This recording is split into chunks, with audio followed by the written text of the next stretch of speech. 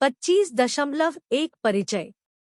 इकाई 24 में आपने मुक्त एवं दूरस्थ शिक्षा ओडीएल की सामाजिक और दार्शनिक नींव के बारे में सीखा। अब हम उन महत्वपूर्ण मुद्दों के बारे में बात करेंगे जो ओडीएल सिस्टम के काम करने और बढ़ने के तरीके को प्रभावित करते हैं। प्रारंभ में दूरस्थ शिक्षा को पारंपरिक आमने-सामने निर्देश के विकल्प के रूप में देखा गया था। हालांकि यह 1962 से अपनी स्वयं की प्रणाली में विकसित हो गया है, जब यह भारत में पत्राचार शिक्षा के रूप में शुरू हुई थी।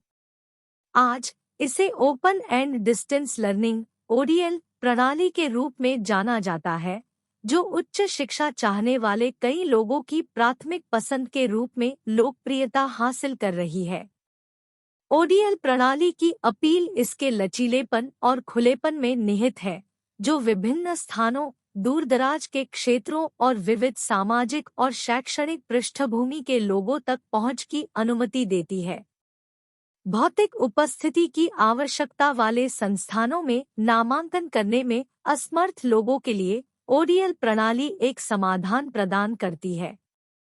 ओडीएल में ओपन शब्द का अर्थ शिक्षार्थियों के लिए अधिक पहुंच, लचीलापन और स्वतंत्रता है। चाहे शिक्षार्थी संस्थान से भौतिक रूप से दूर हो या नहीं, मुख्य लाभ यह है कि उन्हें व्यक्तिगत रूप से वहां रहने की आवश्यकता नहीं है। यह लचीलापन ओडीएल प्रणाली के तेजी से विकास को प्रेरित कर रहा है। यह सुनिश्चित करने के लिए कि यह विकास न केवल तेज हो बल्कि स्वस्थ भी हो, कुछ महत्वपूर्ण मुद्दों पर ध्यान दिया जाना चाहिए।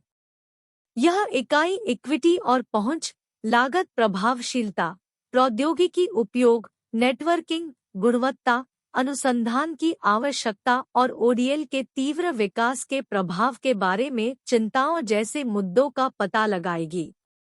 ये मुद्दे महत्वपूर्ण हैं क्योंकि ये सीधे ओडीएल प्रणाली के स्वस्थ विकास और अपने लक्ष्यों को प्राप्त करने की क्षमता को प्रभावित करते हैं। 25.2 समानता और पहुंच। इस भाग में हम सबसे पहले इस बारे में बात करेंगे कि शैक्षिक अवसरों में निष्पक्षता सुनिश्चित करने में मुक्त और दूरस्थ शिक्षा ओडीएल कैसे महत्वपूर्ण भूमिका निभाती है। इसके बाद हम इन अवसरों को सभी के लिए सुलभ बनाने के पहलू पर गौर करेंगे। आइए समानता की आवश्यकता और इसे प्राप्त करने के तरीकों की जांच करके शुरुआत करें। जैसा कि हम जानते हैं, ओडीएल मुख्य रूप से शैक्षिक अवसरों में समान अवसर प्रदान करने और इसे अधिक लोकतांत्रिक बनाने के लिए उभरा है। वैश्विक एहसास बढ़ रहा था कि पारंपरिक शिक्षा प्रणाली केवल सीमित संख्या में उच्च शिक्षा चाहने वाले व्यक्तियों को ही समायोजित कर सकती है, जिससे कई लोग पहुंच से वंचित रह जाते हैं। यह स्वीकार किया गया कि शिक्षा सामाजिक विकास का एक प्रमुख चालक है और विकासशील दुनिया में वैश्विक अर्थव्यवस्थाओं के लिए भूमि, श्रम और पूंजी जैसे पारंपरिक संसाधनों की तुलना में ज्ञान अधिक महत्वपूर्ण हो गया है।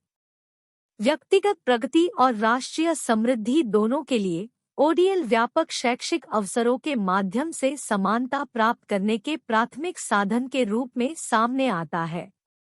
बुनियादी ढांचे और शिक्षण स्टाफ की सीमाओं के कारण पारंपरिक शैक्षिक प्रणालियों को बड़ी संख्या में छात्रों को समायोजित करने में चुनौतियों का सामना करना पड़ता है।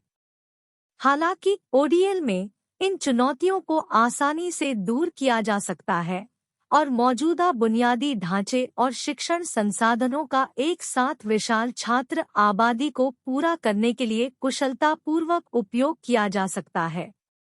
सीमित मानव और वित्तीय संसाधनों के साथ साथ नामांकन की बढ़ती मांग को ध्यान में रखते हुए उच्च शिक्षा प्रदान करने के लिए खुले विश्वविद्यालयों को चुनना एक व्यावहारिक विकल्प था। यादव और पांडा 1999। पिछली शताब्दी में दुनिया भर में लोकतांत्रिक शासन की बढ़ती लोकप्रियता के परिणामस्वरूप राष्ट्रीय नीतियां बनी जिनका उद्देश्य शैक्षिक अवसरों का लोकतंत्रीकरण करना भी था।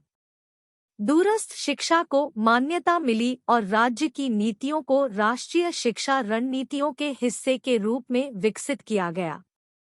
यह माना जाता था कि समतावाद, आधुनिकीकरण, ग्रामीण विकास, सतत शिक्षा और शिक्षा प्रदान करने के आर्थिक साधनों से संबंधित जरूरतों को मुक्त और दूरस्थ शिक्षा ओडीएल रंबल 1986 के माध्यम से प्राप्त किया जा सकता है। ओडीएल ने इन राष्ट्रीय और सामाजिक जरूरतों को पूरा करने की कोशिश की, जिसका लक्ष्य शैक्षिक अवसरों को बराबर करके जनता का उत्थान करना है। हमारे देश में भौगोलिक रूप से सुदूर और अलग-थलग क्षेत्रों में रहने वाले लोग हैं, जैसे चुनौतीपूर्ण पहाड़ी इलाके, सुदूर सीमावर्ती क्षेत्र और अलग-अलग द्वीप। उच्च शिक्षा प्रदान करने वाले संस्थानों की अनुपस्थिति के कारण इन व्यक्तियों के पास उचित शैक्षिक सुविधाओं का अभाव है। ओडीएल ऐसे लोगों को शैक्षिक अवसर प्रदान करने, उनके दरवाजे तक सीखने के अवसर लाने में महत्वपूर्ण भूमिका निभा सकता है। इसके अतिरिक्त कई व्यक्तियों को विभिन्न कारणों से औपचारिक शिक्षा बंद करनी पड़ी।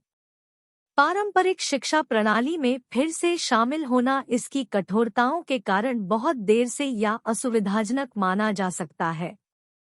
दूरस्थ शिक्षा, जो अपने लचीलेपन के लिए जानी जाती है, ऐसे व्यक्तियों के लिए एक व्यवहार्य विकल्प बन जाती है। इसके अलावा जो व्यक्ति वर्तमान में कार्यरत है और उन्हें पेशेवर विकास की आवश्यकता है, वे लगातार अपने ज्ञान और कौशल को अद्यतन करना चाहते हैं।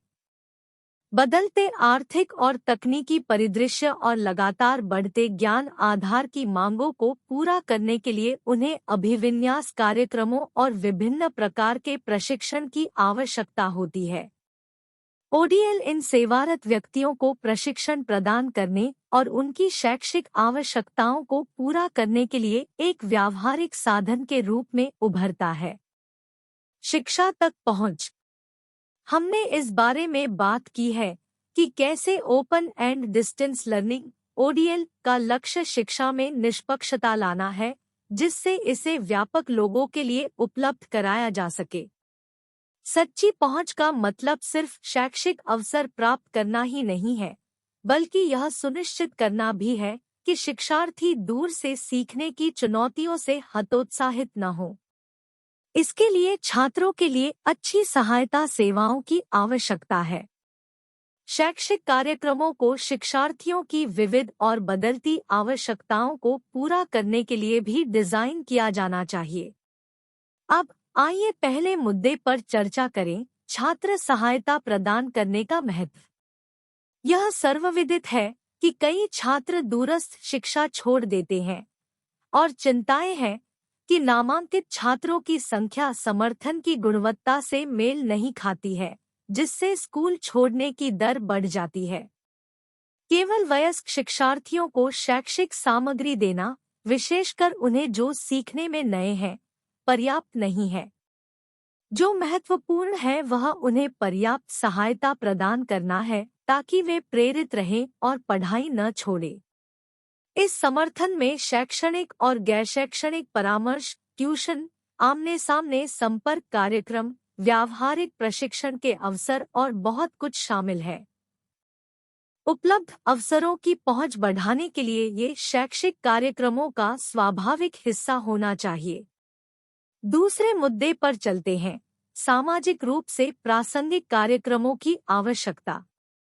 ओडीएल को ऐसे शैक्षिक कार्यक्रम पेश करने चाहिए जो वास्तव में जनता की जरूरतों को पूरा करते हों।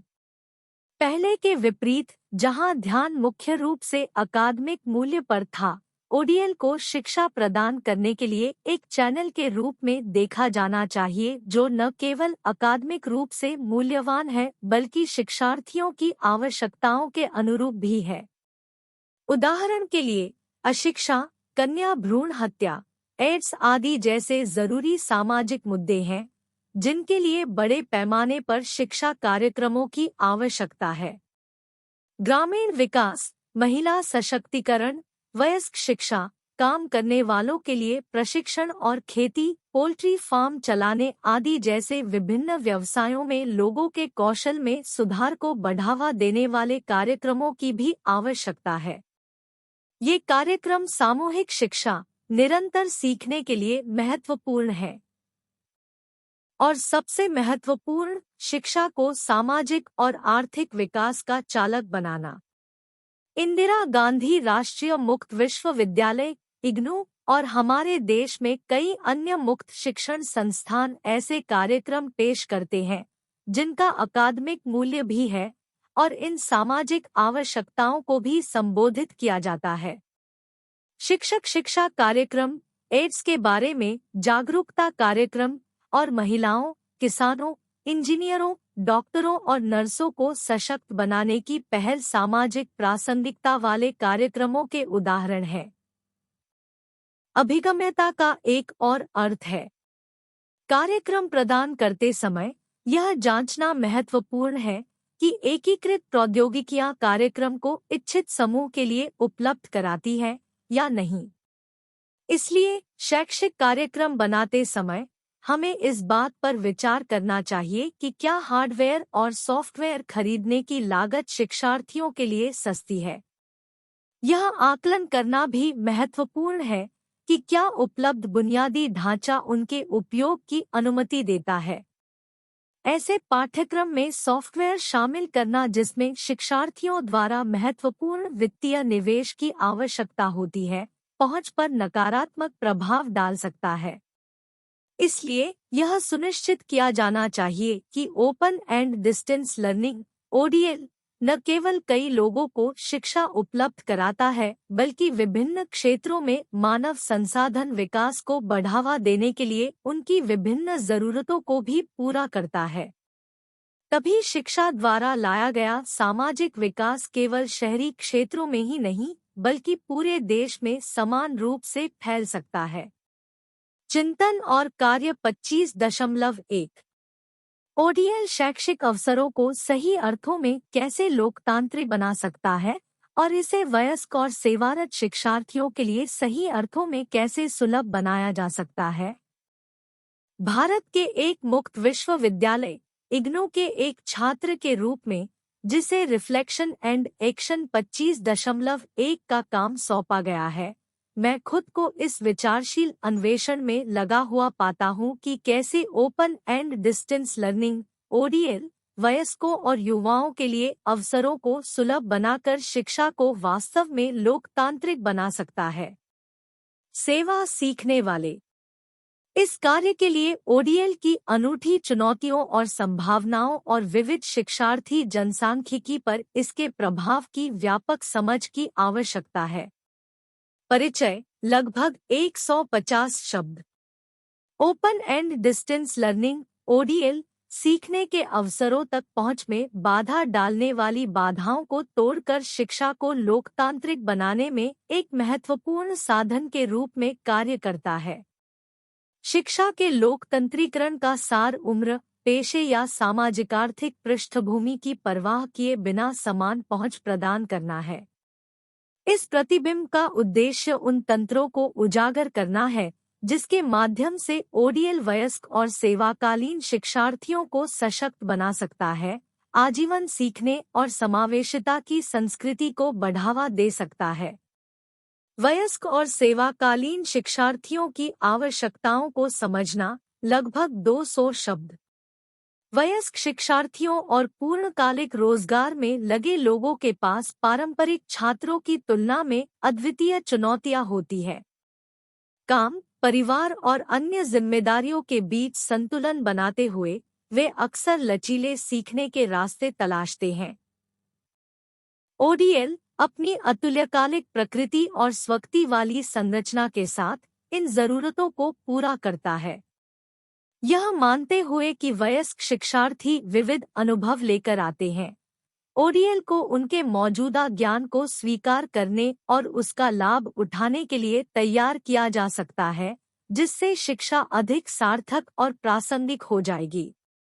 सेवारत शिक्षार्थी जो पहले से ही अपने पेशे के प्रति प्रतिबद्ध हैं, अपने करियर को बाधित किए बिना कौशल को उन्नत करने के लिए ओडीएल के लचीलेपन से लाभान्वित होते हैं। ओडीएल कार्यक्रमों की मॉड्यूलर संरचना उन्हें व्यावसायिक विकास आवश्यकताओं के साथ शिक्षा को संरेखित करते हुए विशिष्ट दक्षताओं पर ध्यान केंद्रित करने की अनुमति देती है। लचीलापन और पहुंच, लगभग 250 शब्द। ओडीएल अपने लचीलेपन के लिए जाना जाता है, जो शिक्षा को लोकतांत्रिक बनाने में एक महत्वपूर्ण कारक है। सामग्री की अतुल्यकालिक डिलीवरी शिक्षार्थियों को कार्य शेड्यूल और व्यक्तिगत प्रतिबद्धताओं को समायोजित करते हुए अपनी गति से अध्ययन करने की अनुमति देती है।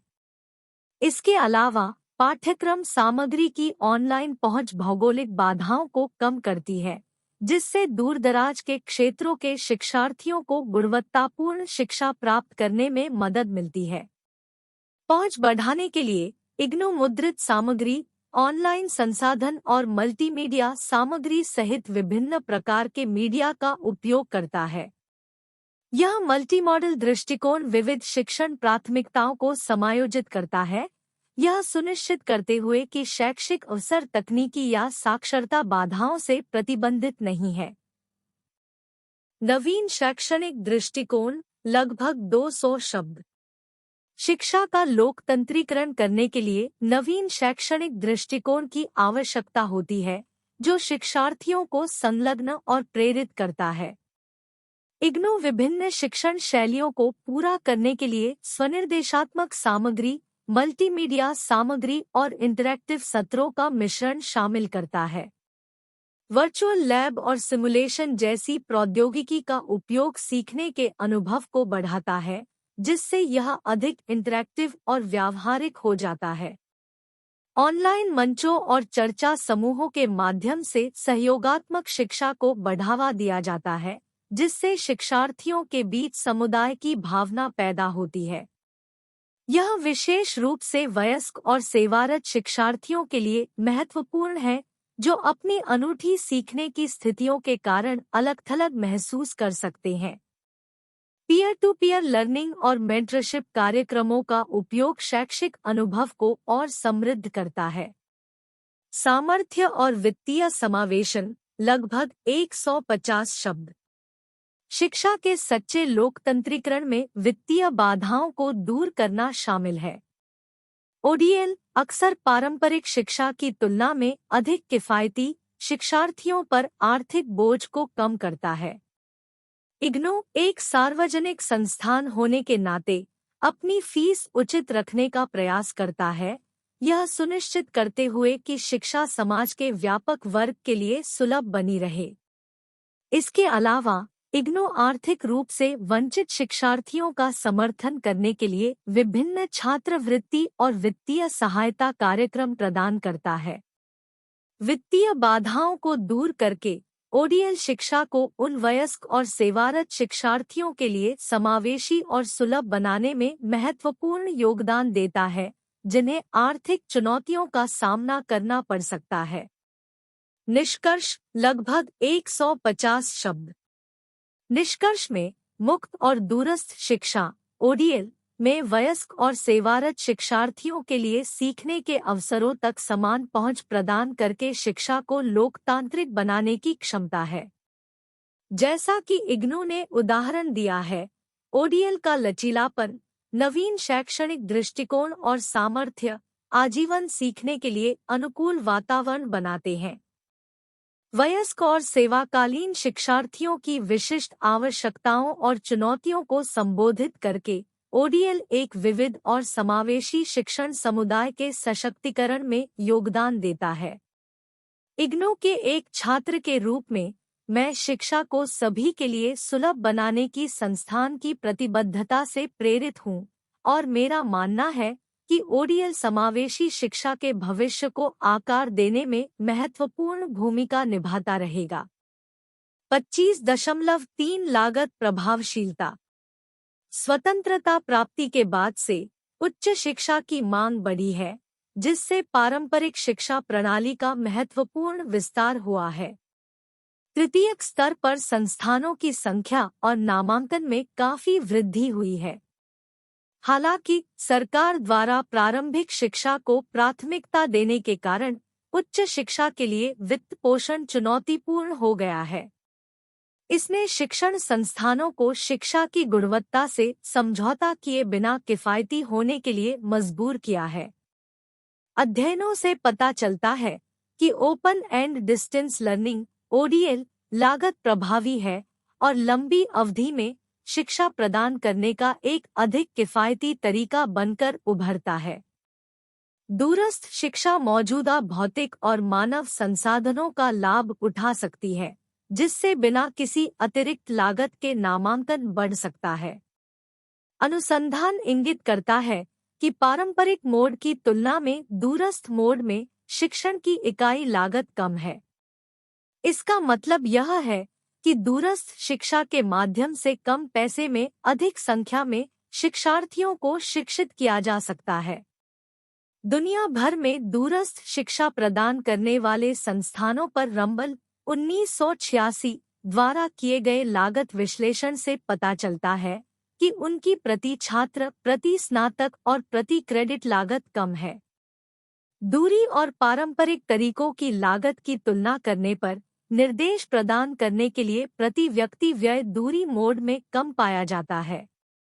एक मुक्त विश्वविद्यालय में एक शिक्षार्थी को निर्देश देने की औसत वार्षिक आवर्ती लागत भी पारंपरिक विश्वविद्यालय की तुलना में काफी कम है। यदि प्रारंभिक पूंजी निवेश के बाद उच्च नामांकन आंकड़े बनाए रखा जा सकता है, तो मुक्त विश्वविद्यालयों को बाद के वर्षों में कम आवर्ती खर्चों का अनुभव होता है।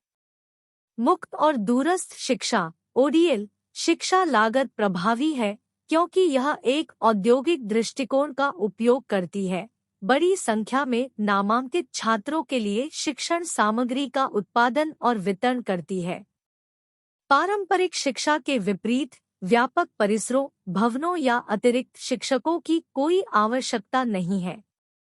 इसके बजाय शिक्षकों को डिजाइन की गई शिक्षण सामग्री में एकीकृत किया जाता है। ओडीएल सिस्टम पारंपरिक शिक्षण श्रम को मीडिया और पूंजी से बदल देता है। प्रारंभ में ओडीएल को बुनियादी ढांचे में पर्याप्त निवेश की आवश्यकता होती है, जिसमें इलेक्ट्रॉनिक मीडिया और उपग्रहों के माध्यम से दूरसंचार सुविधाएं शामिल है। लागत में प्रिंट और इलेक्ट्रॉनिक प्रारूपों में शिक्षण सामग्री के साथ शैक्षणिक कार्यक्रमों को डिजाइन करना, विकसित करना और लॉन्च करना शामिल है। हालांकि उच्च प्रारंभिक निवेश की भरपाई बाद में उच्च नामांकन से हो जाती है, क्योंकि शिक्षण सामग्री को पुनः प्रस्तुत करने में तुलनात्मक रूप से कम लागत लगती है। फीस, फॉर्म बिक्री आदि से नियमित आय और कम आवर्ती व्यय के कारण ओडीएल सिस्टम वित्तीय रूप से स्वावलंबी साबित होते हैं। रामानुजम 2000 हांगकांग के मुक्त विश्वविद्यालय जैसे उदाहरणों का हवाला देते हैं, जो 4 साल के भीतर स्वावलंबी बन गया और 1985 में स्थापित इग्नू 1986 से 87 में अपने आवर्ती व्यय का 93.7% सरकारी धन के माध्यम से पूरा करता है। एक दशक के भीतर इग्नू ने ऐसी वित्तीय स्थिति हासिल कर ली जहां 80% आवर्ती खर्चों को फीस और अन्य स्रोतों से कवर किया गया, केवल बुनियादी ढांचे के विकास के लिए सरकारी अनुदान पर निर्भर रहना पड़ा। इस वित्तीय आत्मनिर्भरता की कुंजी ओडीएल प्रणालियों में नामांकन में वृद्धि में निहित है। आइए चर्चा करें कि नामांकन मुक्त और दूरस्थ शिक्षा ओडीएल प्रणालियों में विभिन्न लागतों को कैसे प्रभावित करता है। ओडीएल में शिक्षण के लिए मल्टीमीडिया दृष्टिकोण का उपयोग करते समय मुद्रित और सॉफ्टवेयर आधारित शिक्षण सामग्री विकसित करने सहित विभिन्न शैक्षणिक गतिविधियों के लिए बजटीय आवंटन की आवश्यकता होती है। अन्य संबंधित गतिविधियां जैसे परामर्श, कर्मचारी प्रशिक्षण, सेमिनार और कार्यशालाएं आयोजित करना, अनुसंधानाधारित गतिविधियां, बुनियादी ढांचा विकास और रखरखाव, छात्र सहायता सेवाएं और प्रशासनिक कार्यों के लिए भी बजटीय विचारों की आवश्यकता होती है। पिल्लई और नंदा 1999 इस बात पर प्रकाश डालते हैं कि ओडीएल में परिचालन लागतों के बीच स्वशिक्षण सामग्री के विकास और उत्पादन से संबंधित निश्चित लागत नामांकन परिवर्तनों की परवाह किए बिना अपेक्षाकृत स्थिर रहती है। इसके विपरीत परिवर्तनीय लागत, जिसमें छात्र सहायता सेवाओं, शिक्षण सामग्री की डिलीवरी, परामर्श, सत्रांत मूल्यांकन आदि के खर्च शामिल है, नामांकन के साथ उतार चढ़ाव होता है। हालांकि एक उच्च नामांकन अधिक आय लाता है, इन परिवर्तनीय लागतों को कवर करने में मदद करता है और यहाँ तक कि संस्थान के लिए अधिशेष धन भी उत्पन्न करता है। नतीजतन कई शैक्षणिक कार्यक्रम होने से जो एक महत्वपूर्ण छात्र आबादी को आकर्षित करने में विफल रहते हैं, इकाई लागत में वृद्धि होगी। हम देखते हैं कि मुक्त एवं दूरस्थ शिक्षा ओडीएल शिक्षा प्रदान करने का एक लागत प्रभावी तरीका है। रंबल 1986 लागत को और कम करने के लिए दिशानिर्देश सुझाता है। इनमें से कुछ है: विकास लागत, शिक्षण सामग्री बनाने जैसी कई लागतें छात्रों की संख्या से असंबंधित है। यदि नामांकन कम है या पाठ्यक्रमों को उचित समय तक चलाने की अनुमति नहीं है, तो इन लागतों की भरपाई नहीं की जा सकती है। लागतों को प्रबंधित करने के लिए निश्चित और परिवर्तनीय लागतों पर विचार करते हुए गहन विश्लेषण की आवश्यकता है। कार्यक्रम की गुणवत्ता को प्रभावित करने वाली निश्चित लागतों को कम करने के बजाय व्यक्तिगत तत्वों पर ध्यान केंद्रित करें, जैसे कि ट्यूटर चिन्हित असाइनमेंट को कम करना।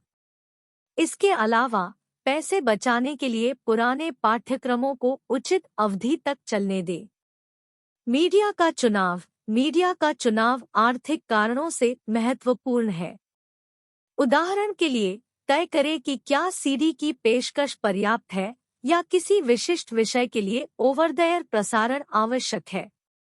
शैक्षणिक सामग्री का उपयोग करना, आर्थिक रूप से अन्य संस्थानों द्वारा विकसित शैक्षणिक सामग्री को अनुकूलित करने और उपयोग करने के अधिकार खरीदने में समझदारी हो सकती है।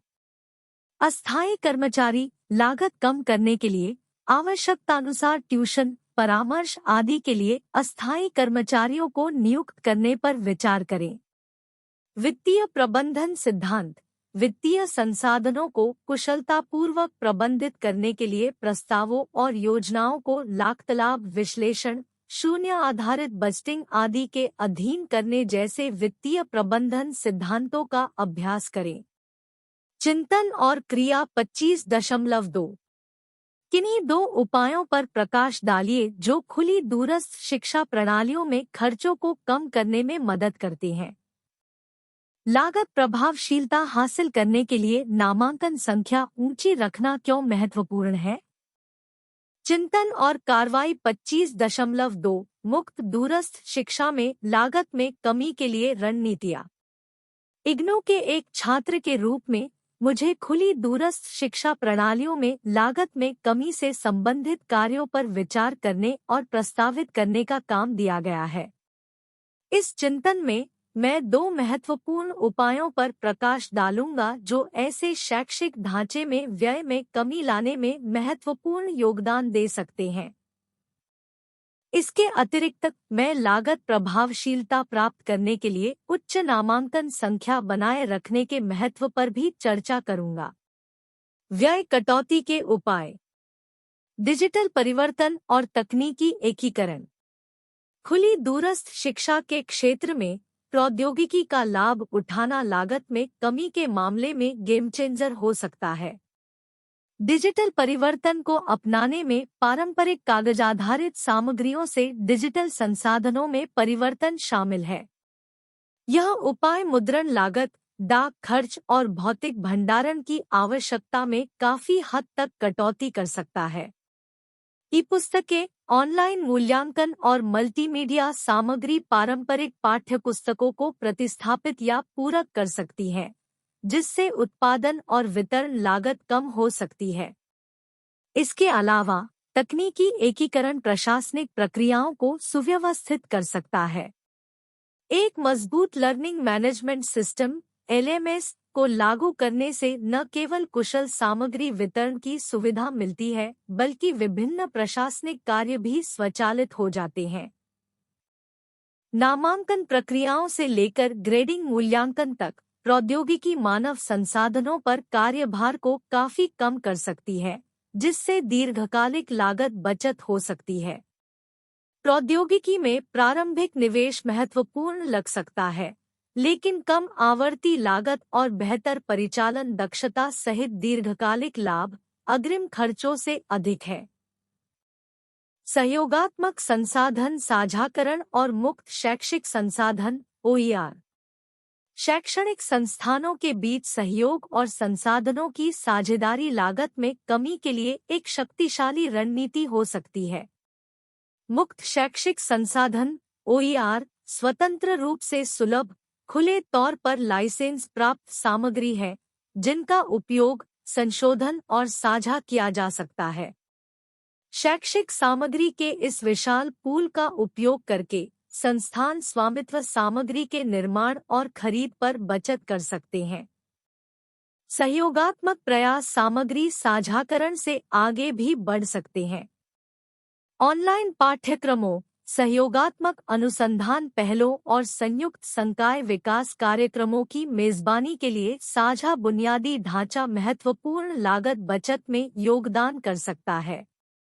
इसके अतिरिक्त इंटर्नशिप, व्यावहारिक प्रशिक्षण या साझा अनुसंधान सुविधाओं के लिए उद्योग हितधारकों के साथ साझेदारी भारी वित्तीय निवेश के बिना मूल्यवान संसाधन प्रदान कर सकती है। सहयोगी संसाधन साझाकरण की सुंदरता एक नेटवर्क प्रभाव बनाने की इसकी क्षमता है, जहां प्रत्येक भाग लेने वाला संस्थान पूरे नेटवर्क के सामूहिक संसाधनों और विशेषज्ञता से लाभान्वित होता है, जिसके परिणामस्वरूप अधिक लागत प्रभावी और टिकाऊ शैक्षिक पारिस्थितिकी तंत्र बनता है। लागत प्रभावशीलता के लिए उच्च नामांकन संख्या का महत्व। खुली दूरस्थ शिक्षा में उच्च नामांकन संख्या बनाए रखना कई कारणों से महत्वपूर्ण है, जो सभी सीधे लागत प्रभावशीलता प्राप्त करने में योगदान करते हैं। पैमाने की अर्थव्यवस्थाएं लागत प्रभावशीलता को बढ़ाने वाले मूलभूत सिद्धांतों में से एक पैमाने की अर्थव्यवस्था है। जैसे जैसे नामांकित छात्रों की संख्या बढ़ती है, प्रति छात्र औसत लागत कम हो जाती है। बुनियादी ढांचे के रखरखाव, संकाय वेतन और प्रौद्योगिकी बुनियादी ढांचे जैसी निश्चित लागतों को बड़े छात्र आधार के बीच वितरित किया जा सकता है। इसके परिणामस्वरूप संसाधनों का अधिक कुशल उपयोग होता है और प्रति छात्र लागत में कमी आती है।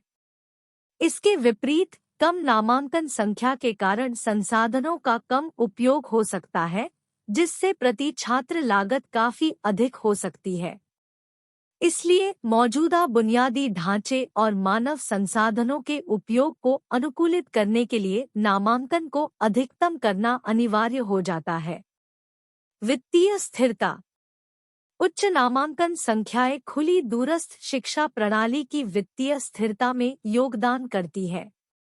एक बड़े छात्र निकाय से उत्पन्न राजस्व को शिक्षा की गुणवत्ता में सुधार, तकनीकी बुनियादी ढांचे को अद्यतन करने और सहायता सेवाओं को बढ़ाने के लिए पुनर्निवेश किया जा सकता है। वित्तीय स्थिरता सुनिश्चित करती है कि संस्थान शिक्षा की गुणवत्ता से समझौता किए बिना आर्थिक अनिश्चितताओं, फंडिंग में बदलाव या अप्रत्याशित खर्चों का सामना कर सकता है। पाठ्यक्रमों का विविधीकरण। एक बड़ी छात्र आबादी पाठ्यक्रमों और कार्यक्रमों के व्यापक स्पेक्ट्रम की अनुमति देती है। यह विविधीकरण न केवल व्यापक दर्शकों की आवश्यकताओं को पूरा करता है, बल्कि क्रॉस सब्सिडीकरण की सुविधा भी प्रदान करता है। उच्च नामांकन वाले लोकप्रिय कार्यक्रम उन विशिष्ट पाठ्यक्रमों को वित्तीय रूप से समर्थन दे सकते हैं, जिनमें कम नामांकन हो सकता है, लेकिन रणनीतिक रूप से महत्वपूर्ण है या संस्थान के मिशन के साथ संरेखित है।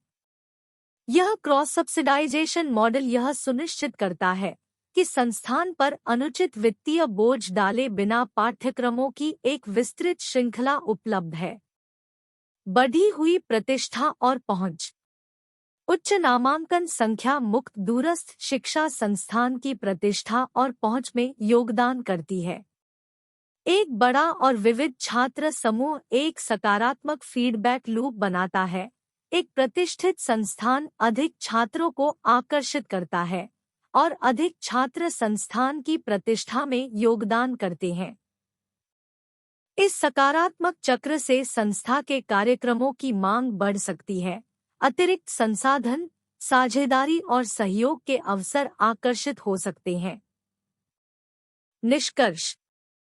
निष्कर्ष में डिजिटल परिवर्तन, तकनीकी एकीकरण, सहयोगात्मक संसाधन साझाकरण के उपाय और उच्च नामांकन संख्या बनाए रखने का महत्व लागत प्रभावी खुली दूरी की शिक्षा की खोज में परस्पर जुड़े हुए तत्व हैं। प्रौद्योगिकी और सहयोग को अपनाने से न केवल परिचालन खर्च कम होता है, बल्कि शिक्षा की समग्र गुणवत्ता और पहुंच भी बढ़ती है। इसके साथ ही एक उच्च नामांकन रणनीति पैमाने की अर्थव्यवस्थाओं का लाभ उठाती है, वित्तीय स्थिरता सुनिश्चित करती है और पाठ्यक्रमों के विविधीकरण की सुविधा प्रदान करती है। इग्नू के एक छात्र के रूप में मैं खुली दूरस्थ शिक्षा के भविष्य को आकार देने में इन उपायों की महत्वपूर्ण भूमिका को पहचानता हूँ। नवीन प्रथाओं, प्रौद्योगिकी अपनाने और रणनीतिक नामांकन प्रबंधन के एक विचारशील संयोजन के माध्यम से इग्नू और इसी तरह के संस्थान विविध और व्यापक छात्र आबादी को उच्च गुणवत्ता वाली शिक्षा प्रदान करते हुए लागत की चुनौतियों का सामना कर सकते हैं। 25.4 प्रौद्योगिकी का एकीकरण। भारत में दूरस्थ शिक्षा दो मुख्य कार्यों के साथ शुरू हुई: नामांकित छात्रों को मुद्रित सामग्री भेजना और सत्रांत परीक्षाओं के माध्यम से उनका मूल्यांकन करना। पिछले 4 दशकों में महत्वपूर्ण प्रगति हुई है। प्रौद्योगिकी ने दूरस्थ शिक्षा को आज की स्थिति में बदलने और आकार देने में महत्वपूर्ण भूमिका निभाई है। चिकित्सा और रक्षा जैसे विभिन्न क्षेत्रों में तकनीकी प्रगति ने दूरस्थ शिक्षा को बहुत प्रभावित किया है, जिससे यह प्रौद्योगिकी पर अधिक निर्भर हो गई है। वर्तमान में प्रौद्योगिकी दूरस्थ शिक्षा के लगभग हर पहलू का समर्थन करती है। यह शिक्षण सीखने की प्रक्रिया का एक अभिन्न अंग बन गया है और शिक्षण सामग्री के विकास, वितरण और मूल्यांकन में शामिल है। तैयारी, रखरखाव, पुनरीक्षण, भंडारण और दस्तावेजों और सूचनाओं के त्वरित आदान प्रदान सहित शैक्षणिक प्रक्रियाएं काफी हद तक प्रौद्योगिकी पर निर्भर करती है। तकनीकी सहायता से प्रशासन अधिक प्रबंधनीय हो जाता है, विशेष रूप से open and distance learning (ODL) में उच्च नामांकन आंकड़ों को देखते हुए, जहां मैन्युअल रिकॉर्ड कीपिंग चुनौतीपूर्ण है। दूरस्थ शिक्षा के लिए सामग्री विकास में लगे संकाय को पाठ्यक्रम तैयार करने और निष्पादित करने के लिए आवश्यक तकनीकी सुविधाओं और ज्ञान तक पहुंच की आवश्यकता होती है। भारत में अधिकांश दूरस्थ शिक्षा कार्यक्रमों का प्राथमिक माध्यम अभी भी प्रिंट है और छात्र इस पर सबसे अधिक निर्भर है। अन्य मीडिया को आमतौर पर प्रिंट माध्यम के पूरक के रूप में पेश किया जाता है। कंप्यूटर के माध्यम से डेस्कटॉप प्रकाशन में प्रगति ने प्रिंट माध्यम में शिक्षण सामग्री बनाने की प्रक्रिया को सरल बना दिया है। ODL संस्थानों में इंटरनेट की उपलब्धता अतिरिक्त संसाधन जैसे ऑनलाइन लाइब्रेरी, विश्वकोश और विशेषज्ञ चर्चा के अवसर प्रदान करती है, जिससे पाठ्यक्रम की तैयारी प्रक्रिया में वृद्धि होती है। वर्ड प्रोसेसिंग, संपादन और चित्र जोड़ना सभी को प्रौद्योगिकी के साथ आसान बना दिया गया है। कंप्यूटर वर्तनी, व्याकरण और गणना में त्रुटियों की प्रूफरीडिंग में सहायता करते हैं। स्थानीय और व्यापक स्तर की कंप्यूटर नेटवर्किंग कंप्यूटर कॉन्फ्रेंसिंग के माध्यम से टीम वर्क को सक्षम बनाती है। हार्ड कॉपी की तुलना में सॉफ्ट कॉपी आसानी से विनिमय योग्य होती है। कंप्यूटरीकृत टाइपसेटिंग, वर्ड प्रोसेसिंग सिस्टम के संयोजन में टेक्स्ट और ग्राफिक्स दोनों के लिए प्रत्यक्ष इलेक्ट्रॉनिक संचार या ऑप्टिकल स्कैनर का उपयोग करता है। लेजर प्रिंटर टेक्स्ट और ग्राफिक्स को मिलाकर डिस्क से कैमरा तैयार प्रतियां बनाने में मदद करते हैं। रंबल 1986।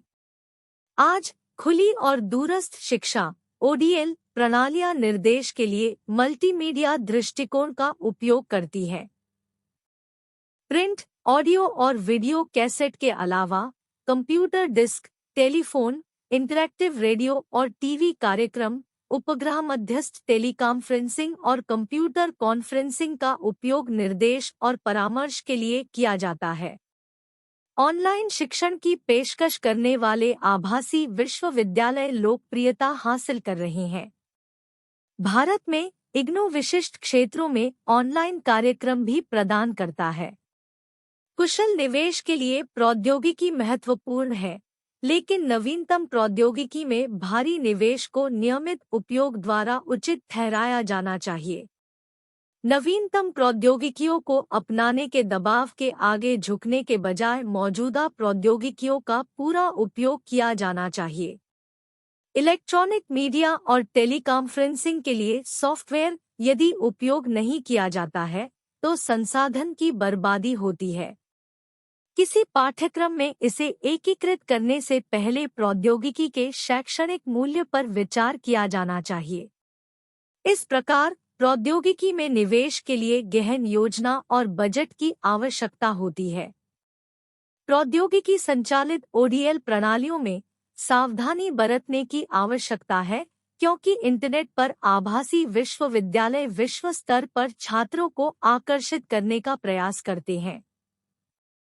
सीमा पार शिक्षा प्रावधान के लिए संचालन, मान्यता, गुणवत्ता, पाठ्यक्रम और अन्य पहलुओं की निगरानी की आवश्यकता होती है। छात्रों को इस बात की जानकारी होनी चाहिए कि विदेशी शिक्षा प्रदाताओं की विश्वसनीयता होनी चाहिए और प्राप्तकर्ता देश की सरकार द्वारा स्थापित मानदंडों का पालन करना चाहिए। मुक्त एवं दूरस्थ शिक्षा ओडीएल प्रणालियों के संचालन के लिए प्रौद्योगिकी महत्वपूर्ण है। यह शैक्षणिक गतिविधियों और प्रशासन दोनों में सहायता करता है। ओडीएल सिस्टम निर्देश के लिए मल्टीमीडिया दृष्टिकोण के लिए प्रौद्योगिकी का उपयोग करते हैं। हालांकि वित्तीय और अन्य संसाधनों की अनावश्यक बर्बादी को रोकने के लिए प्रौद्योगिकी को एकीकृत करते समय सतर्क रहना महत्वपूर्ण है। चिंतन और क्रिया 25.3 स्वशिक्षण सामग्री विकसित करने के लिए प्रौद्योगिकी का उपयोग करने के क्या लाभ हैं? इग्नू के एक छात्र के रूप में मैं स्वशिक्षण सामग्री के विकास में प्रौद्योगिकी के महत्व को समझता हूँ। समकालीन शैक्षिक परिदृश्य में प्रौद्योगिकी स्वशिक्षण संसाधनों की पहुँच, लचीलेपन और प्रभावशीलता को बढ़ाने में महत्वपूर्ण भूमिका निभाती है। इस प्रतिबिंब में मैं स्वशिक्षण सामग्री के निर्माण के लिए प्रौद्योगिकी का उपयोग करने के असंख्य लाभों पर प्रकाश डालूंगा। शिक्षा, व्यक्तिगत विकास और समग्र सीखने के अनुभव पर इसके प्रभाव पर जोर दूंगा। अभिगम्यता और लचीलापन। स्वशिक्षण सामग्री में प्रौद्योगिकी का लाभ उठाने के प्राथमिक लाभों में से एक इसके द्वारा प्रदान की जाने वाली अभूतपूर्व पहुंच है।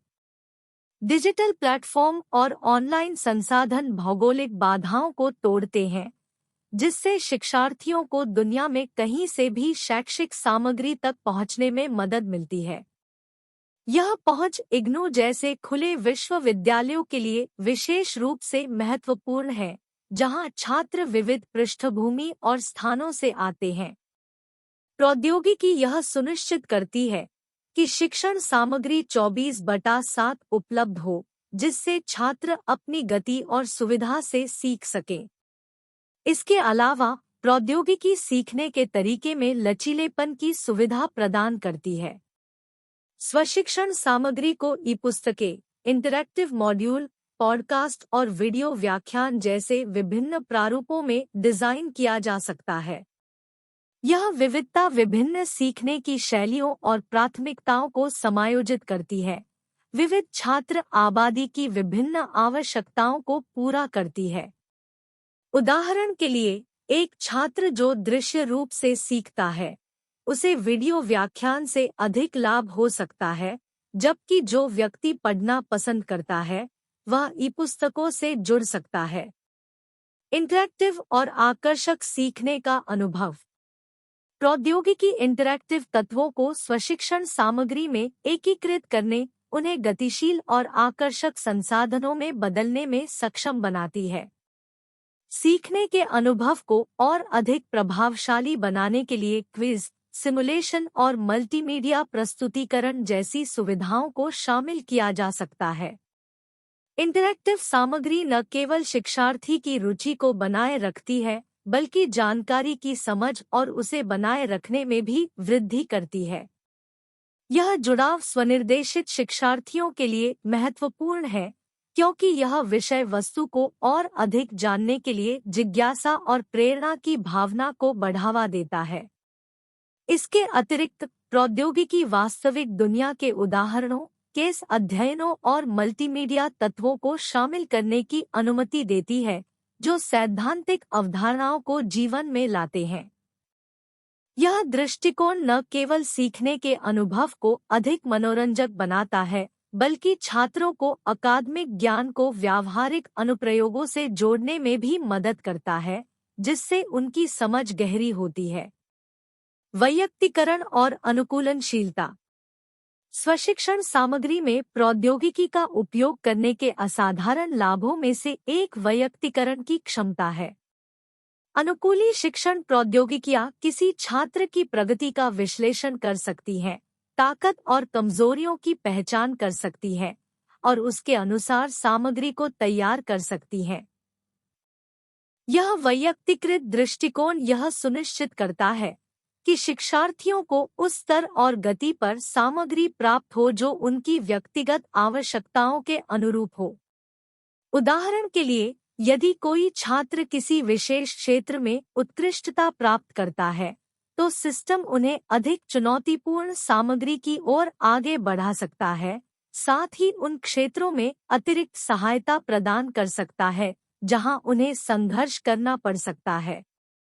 इसके अलावा प्रौद्योगिकी कृत्रिम बुद्धिमत्ता और मशीन लर्निंग एल्गोरिदम के एकीकरण की अनुमति देती है, जो छात्र के प्रदर्शन और प्राथमिकताओं के आधार पर सीखने के पथ को लगातार अनुकूलित कर सकती है।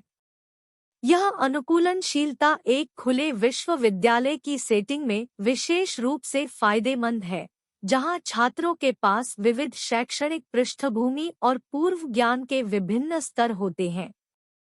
सहयोग और सामुदायिक भवन।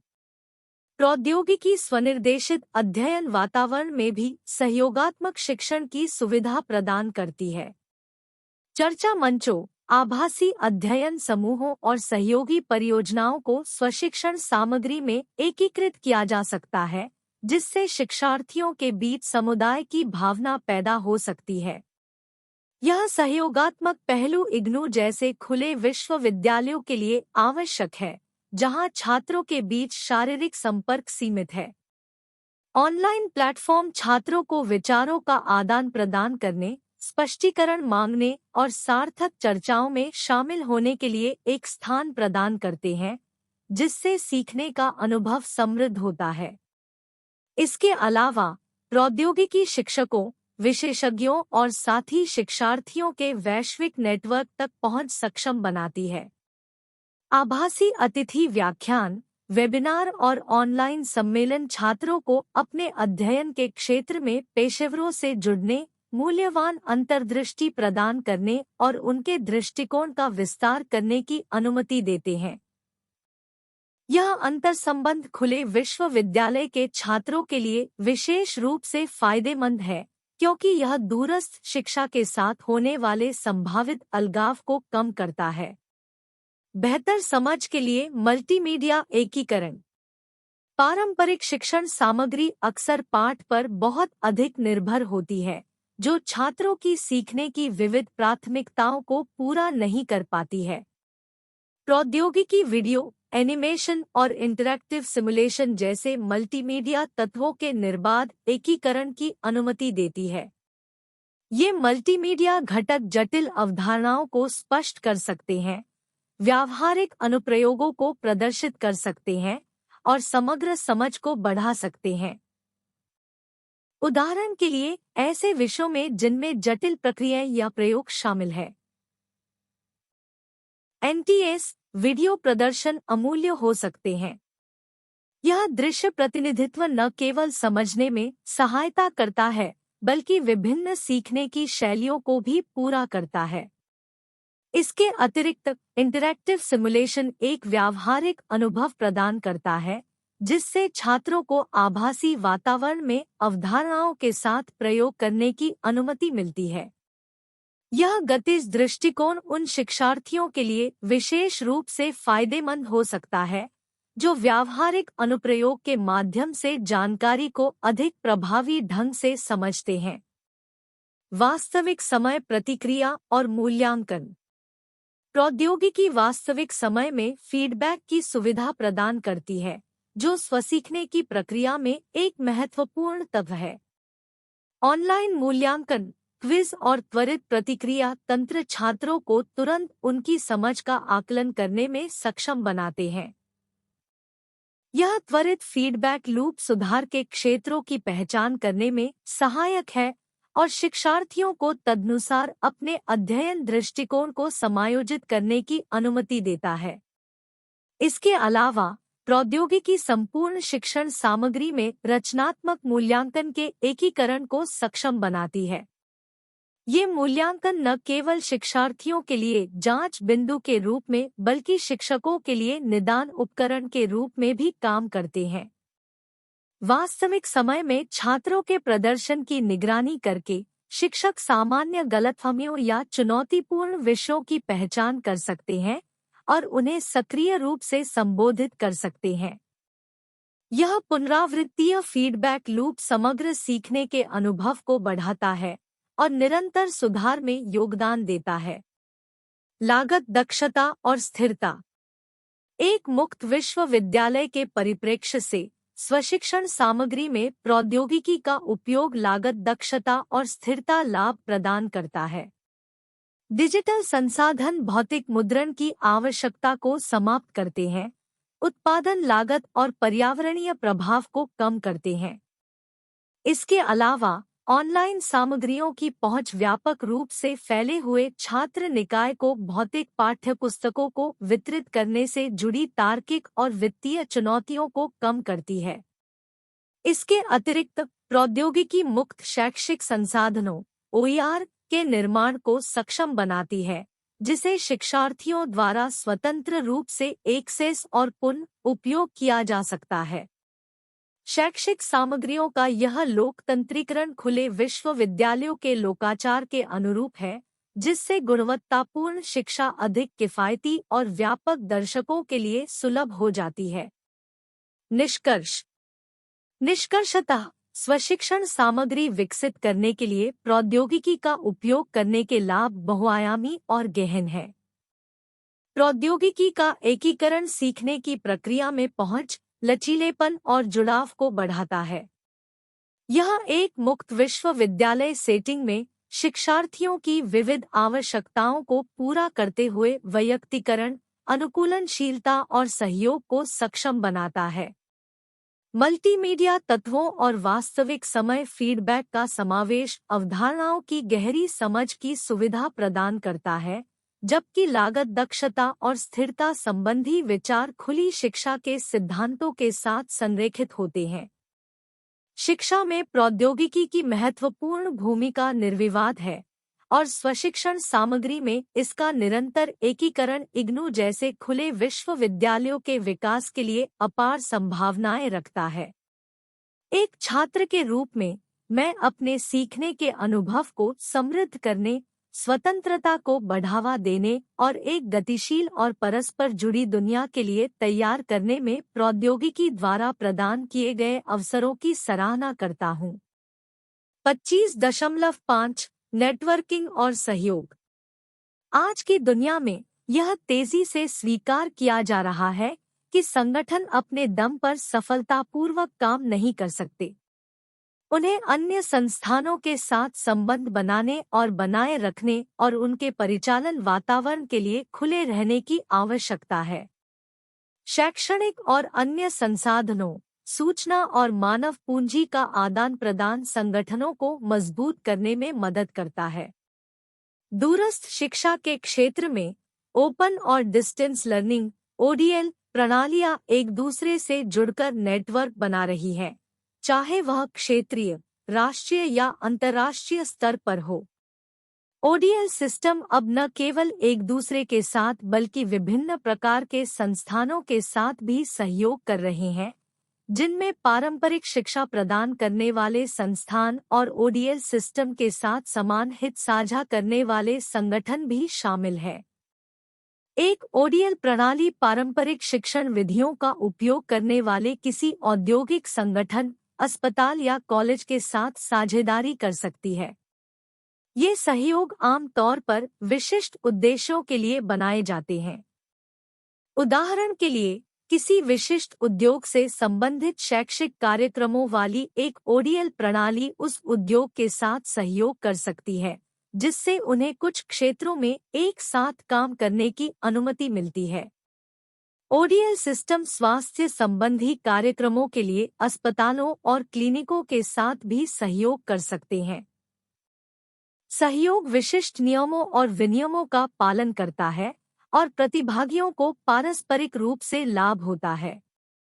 आज नेटवर्क सहयोग छात्रों को अधिक लचीलापन प्रदान करता है। उनके पास विभिन्न संस्थानों से सीखने और इन संस्थानों के साथियों और शिक्षकों के साथ बातचीत करने का विकल्प है। यह व्यापक परिप्रेक्ष्य सीखने के अनुभव को बढ़ाता है। जैसा कि रंबल 1986 ने उजागर किया है, नेटवर्क और कंसोर्टिया का गठन विविध भागीदारी के लिए एक मंच के रूप में कार्य करता है और क्षेत्रीयता और प्रतिस्पर्धा को कम करता है। विभिन्न लाभों के कारण मुक्त विश्वविद्यालय तेजी से नेटवर्क निर्माण में संलग्न हो रहे हैं। यूरोप में European association of distance teaching universities है और एशिया में Asian association of open universities है। इसी तरह के संगठन दुनिया भर में मौजूद हैं। कॉमनवेल्थ ऑफ लर्निंग एक अंतरसरकारी संगठन खुली शिक्षा, दूरस्थ शिक्षा, ज्ञान, संसाधनों और प्रौद्योगिकियों के विकास और साझाकरण को प्रोत्साहित करता है। यह संसाधन साझा करने के लिए साझेदारी और नेटवर्किंग को बढ़ावा देता है। बहुराष्ट्रीय क्षेत्रीय विश्वविद्यालय भी अपने परिसरों और केंद्रों को जोड़कर दूरस्थ शिक्षा में क्षेत्रीय सहयोग को बढ़ावा देने में भूमिका निभाते हैं। भारत में इग्नू और अन्य राज्य मुक्त विश्वविद्यालय संस्थागत विकास, सामग्री विकास और छात्र सहायता सेवाओं पर सहयोग करते हैं, जैसा कि 1988 से 1999 में इग्नू की समन्वय परिषद द्वारा स्थापित एक नेटवर्क समिति द्वारा पहचाना गया था। नेटवर्क, कंसोर्टिया और सहयोग का गठन संस्थानों को एक साथ लाता है, साझा बुनियादी ढांचे जैसे लाभ प्रदान करता है।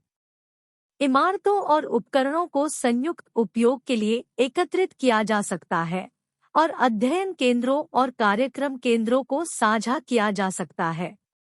मुक्त और दूरस्थ शिक्षा ODL की पेशकश करने वाले संस्थानों के बीच संकाय सदस्यों का आदान प्रदान किया जा सकता है।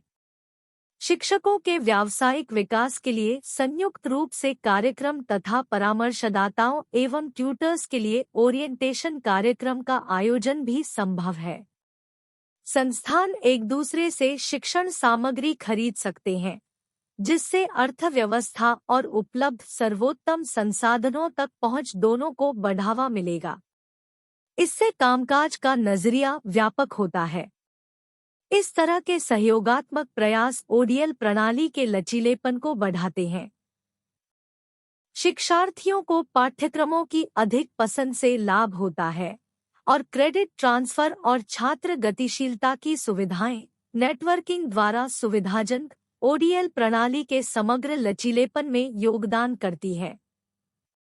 नेटवर्किंग से संस्थान और शिक्षार्थी दोनों लाभान्वित होते हैं, क्योंकि यह विकल्पों और संसाधनों की व्यापक रेंज तक पहुंच प्रदान करता है। चिंतन और क्रिया 25.4 ओडीएल संस्थानों के बीच नेटवर्किंग के कोई 2 लाभ बताएं। ओडीएल के क्षेत्र में विकसित किए गए किसी भी संघ के मुख्य उद्देश्यों के बारे में जानकारी एकत्र करें। शीर्षक: ओडीएल कंसोर्टियम के नेटवर्किंग लाभ और उद्देश्य, एक प्रतिबिंब। परिचय: प्रतिष्ठित इंदिरा गांधी राष्ट्रीय मुक्त विश्वविद्यालय इग्नू में नामांकित एक छात्र के रूप में मुझे मुक्त और दूरस्थ शिक्षा ओडीएल की गतिशील दुनिया का पता लगाने का अवसर मिला है। मेरे हालिया कार्य के संदर्भ में मुझे ओडीएल संस्थानों के बीच नेटवर्किंग के लाभों पर विचार करने और उनकी खोज करने का काम सौंपा गया है। इसके अतिरिक्त मुझे ओडीएल के क्षेत्र में एक संघ के उद्देश्यों की गहराई से जांच करने की आवश्यकता है। इस चिंतनशील अंश का उद्देश्य नेटवर्किंग के महत्व और ओडीएल कंसोर्टियम को चलाने वाले प्रमुख उद्देश्यों पर प्रकाश डालना है। ओडीएल संस्थानों के बीच नेटवर्किंग के लाभ: ज्ञान साझा करना और संसाधन एकत्रीकरण। ओडीएल संस्थानों के बीच नेटवर्किंग मूल्यवान ज्ञान और संसाधनों के आदान प्रदान की सुविधा प्रदान करती है। शिक्षा के क्षेत्र में सहयोग एक शक्तिशाली उपकरण है।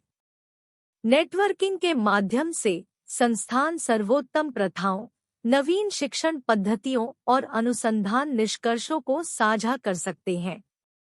ज्ञान का यह सामूहिक आदान प्रदान प्रत्येक संस्थान द्वारा प्रदान की जाने वाली शिक्षा की गुणवत्ता को बढ़ाता है।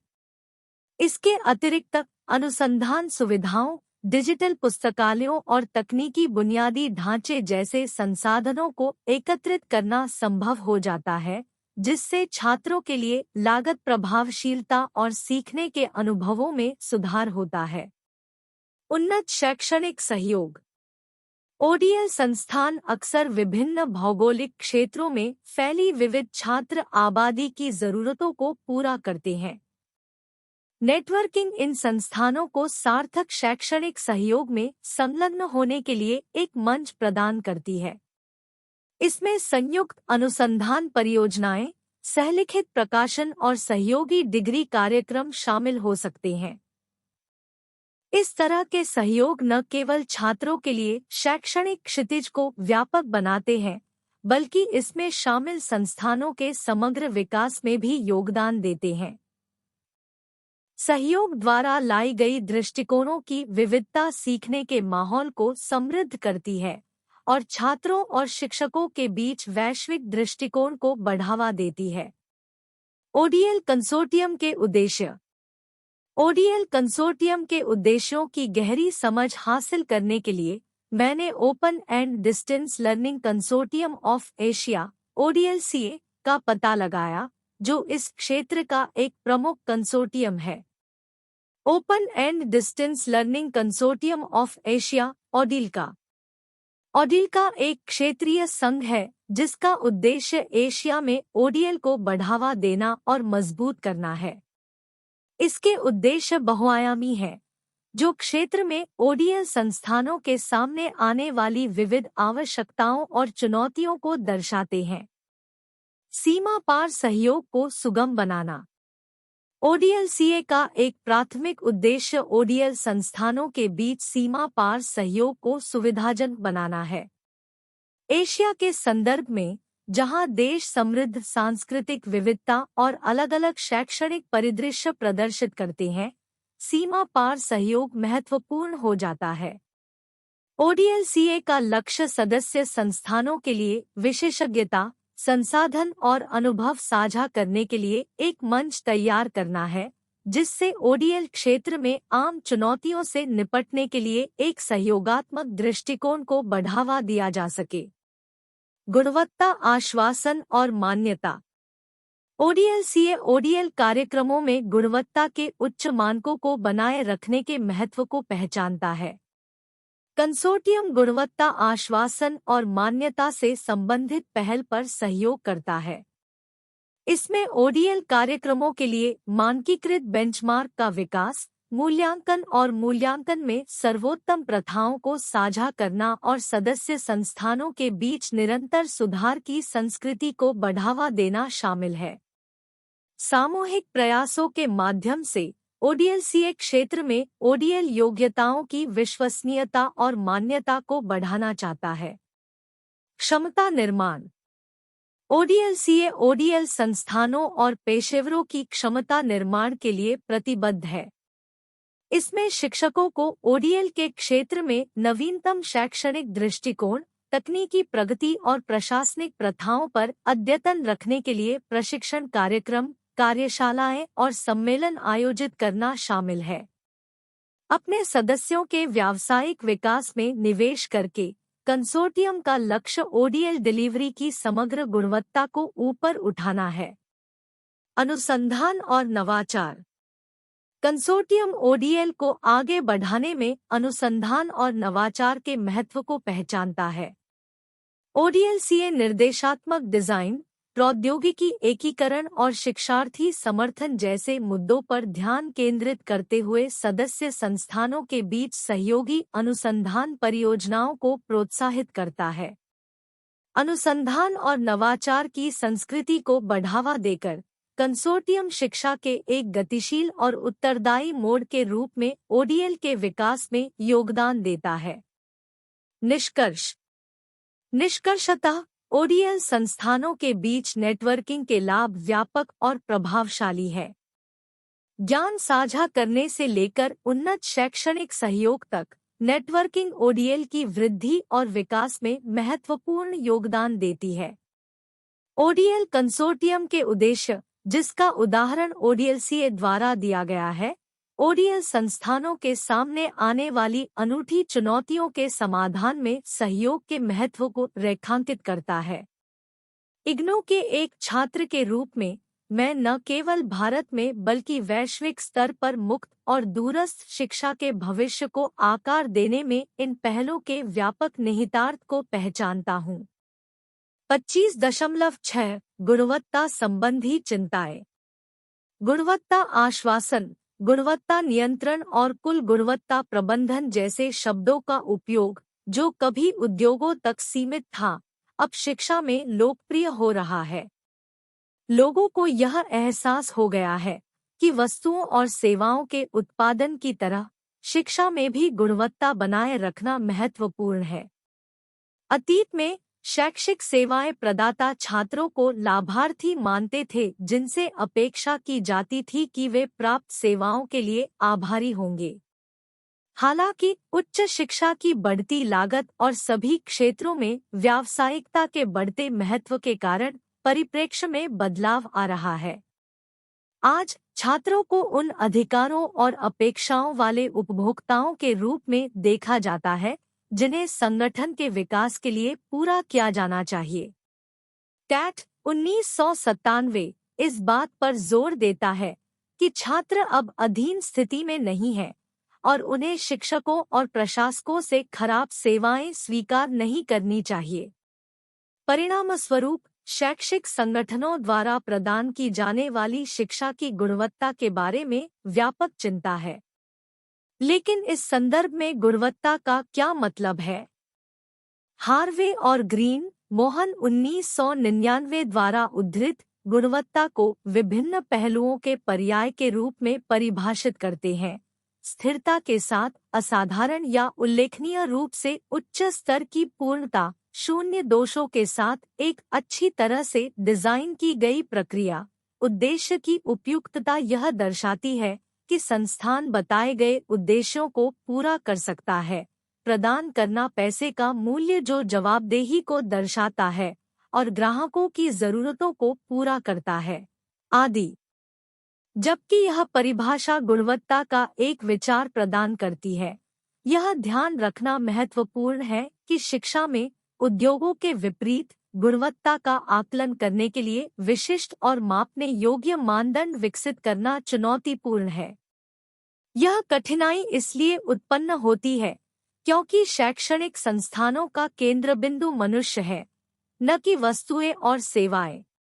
हालांकि दूरस्थ शिक्षा के क्षेत्र में जो शिक्षण सामग्री के बड़े पैमाने पर उत्पादन, परिवहन और सही सामग्री की समय पर डिलीवरी की आवश्यकता के साथ एक औद्योगिक दृष्टिकोण अपनाता है, शैक्षिक सेवाओं की गुणवत्ता का आकलन करने के लिए विशिष्ट मानदंड विकसित किए जा सकते हैं।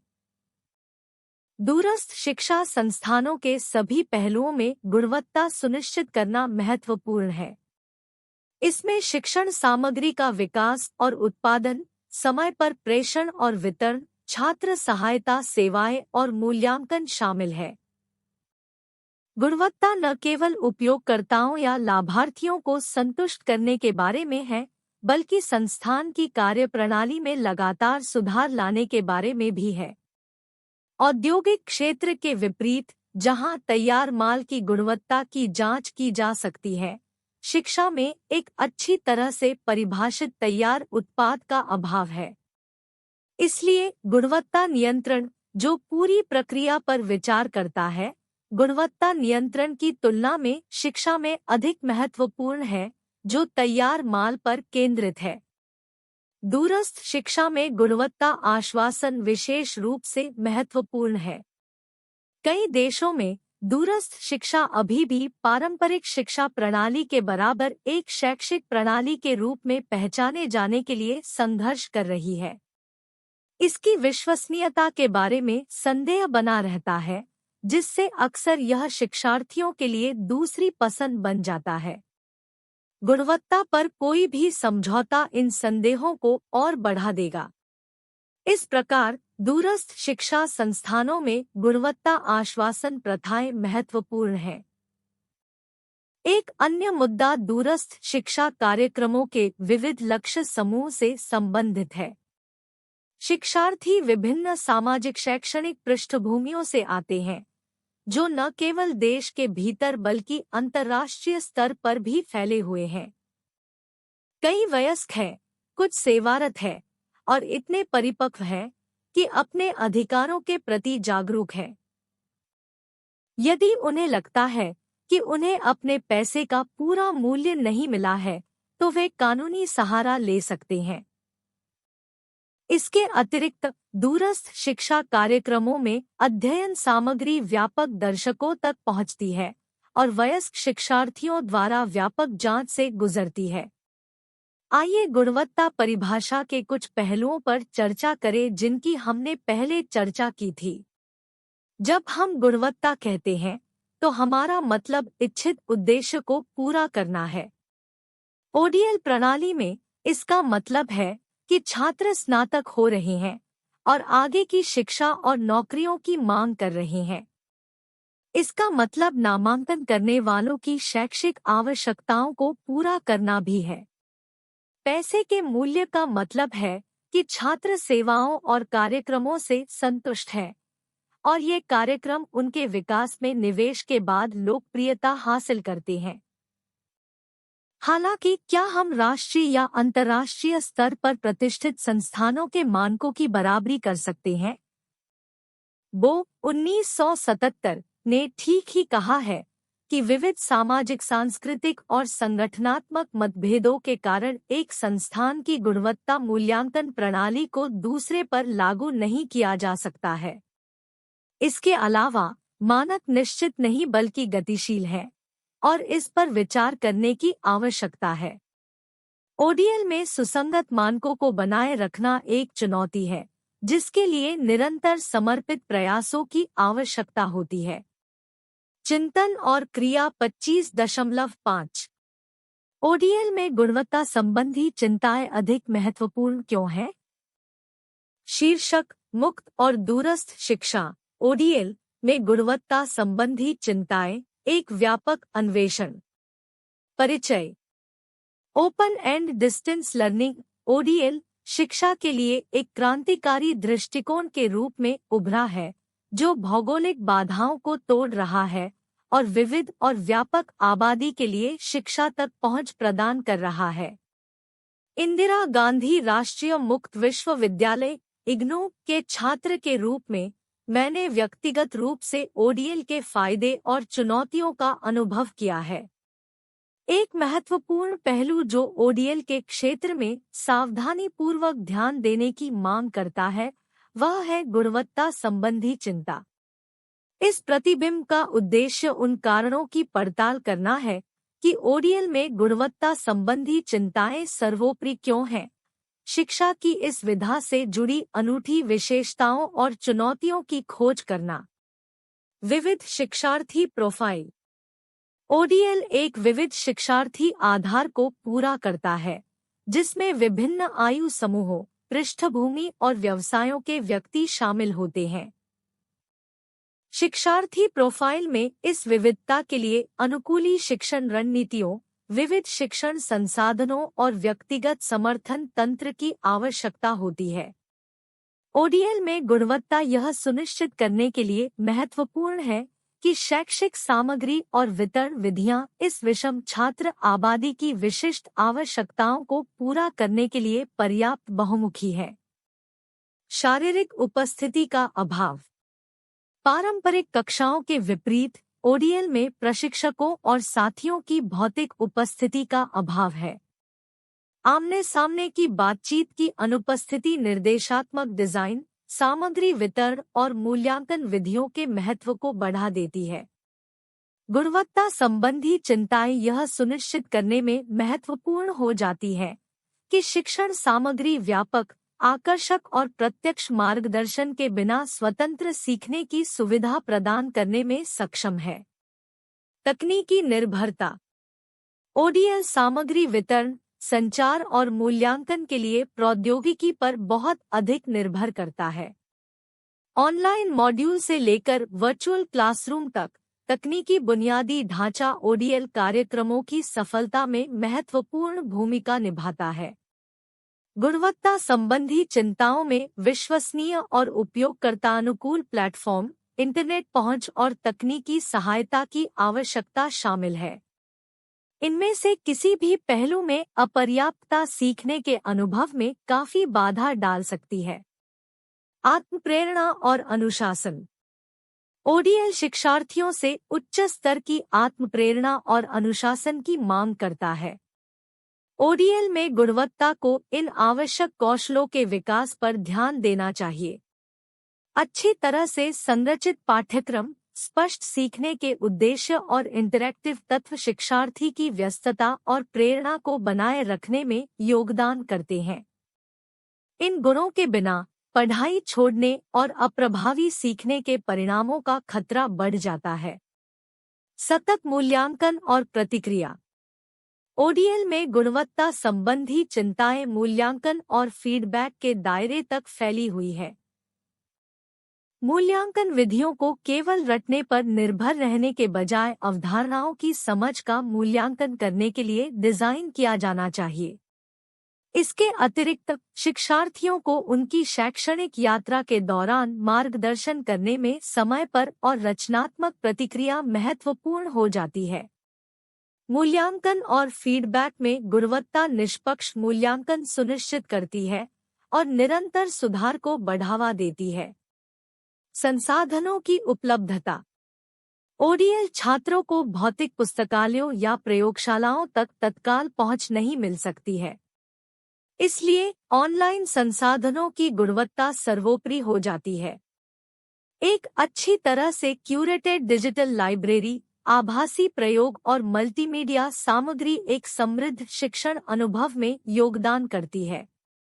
संसाधन उपलब्धता में गुणवत्ता संबंधी चिंताओं में यह सुनिश्चित करना शामिल है कि सामग्री अद्यतित, सुलभ और पाठ्यक्रम के उद्देश्यों के अनुरूप है।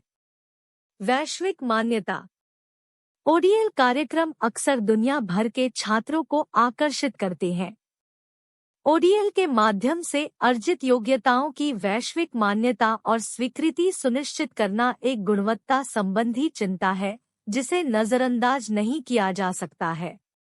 अंतर्राष्ट्रीय शैक्षिक मानकों के साथ मान्यता, मानकीकरण और संरेखण ओडीएल डिग्री की विश्वसनीयता और मूल्य में योगदान देता है। संकाय क्षमता।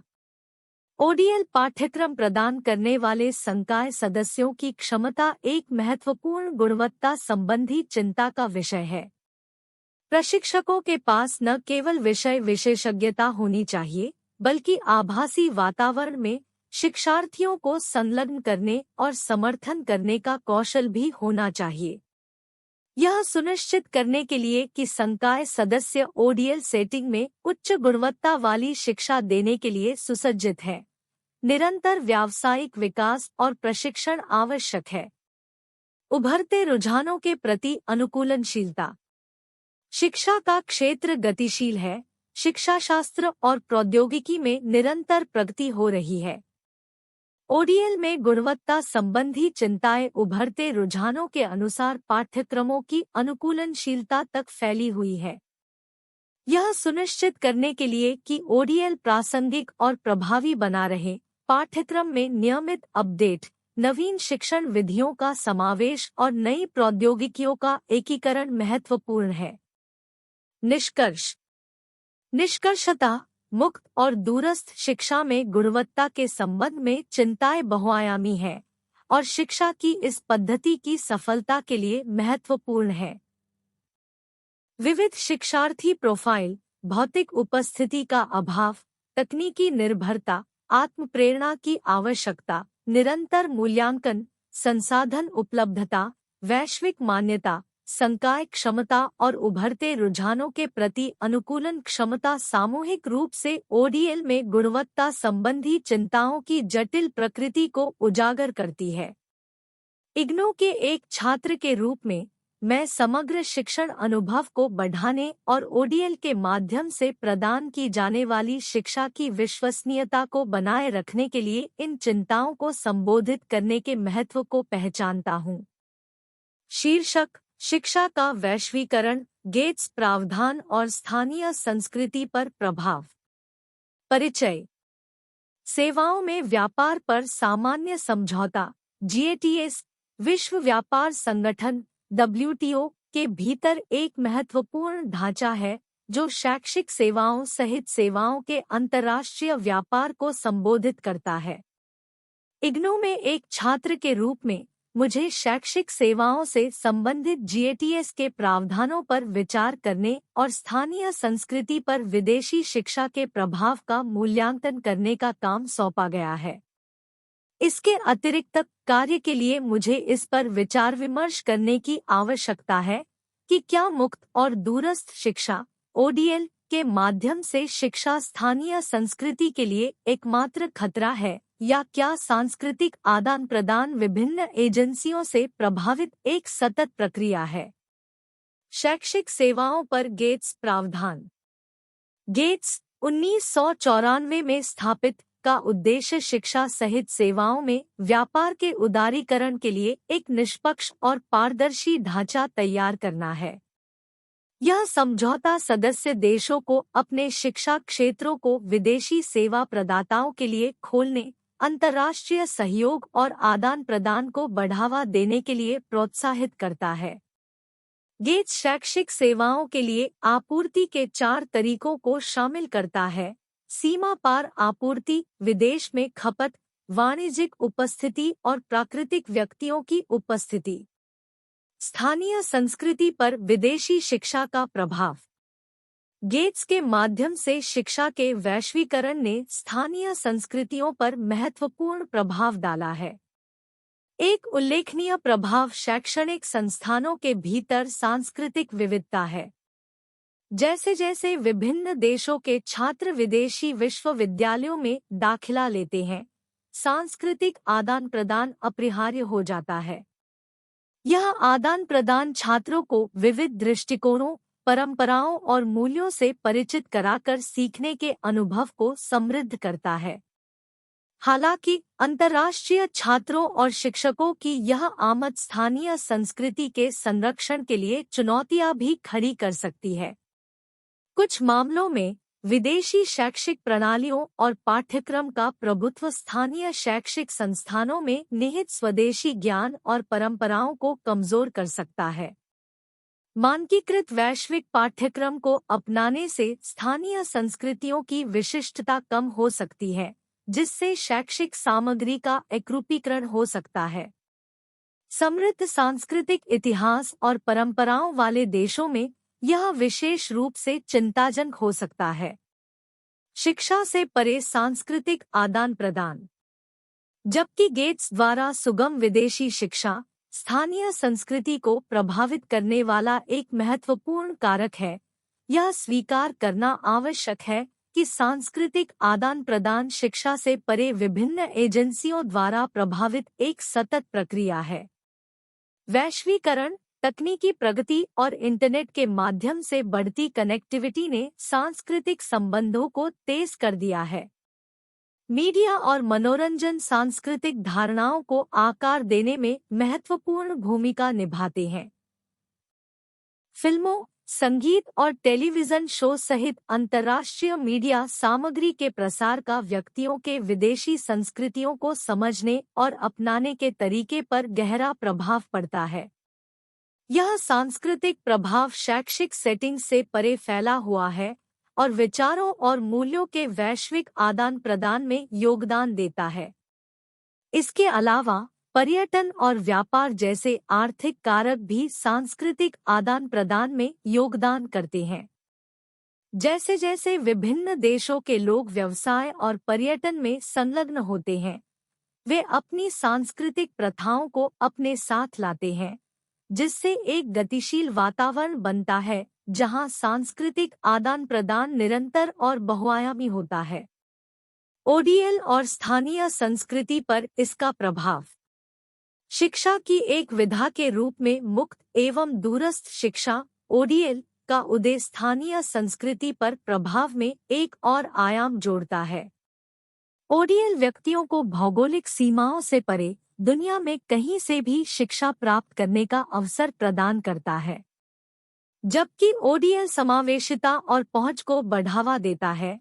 यह स्थानीय सांस्कृतिक बारीकियों के संरक्षण के लिए चुनौतियां भी पैदा कर सकता है।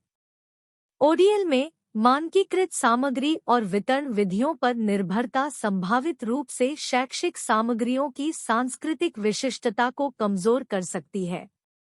भौतिक उपस्थिति और आमने-सामने की बातचीत की अनुपस्थिति सांस्कृतिक अनुभवों के आदान प्रदान को सीमित कर सकती है, जो आमतौर पर पारंपरिक कक्षा सेटिंग्स में होती है।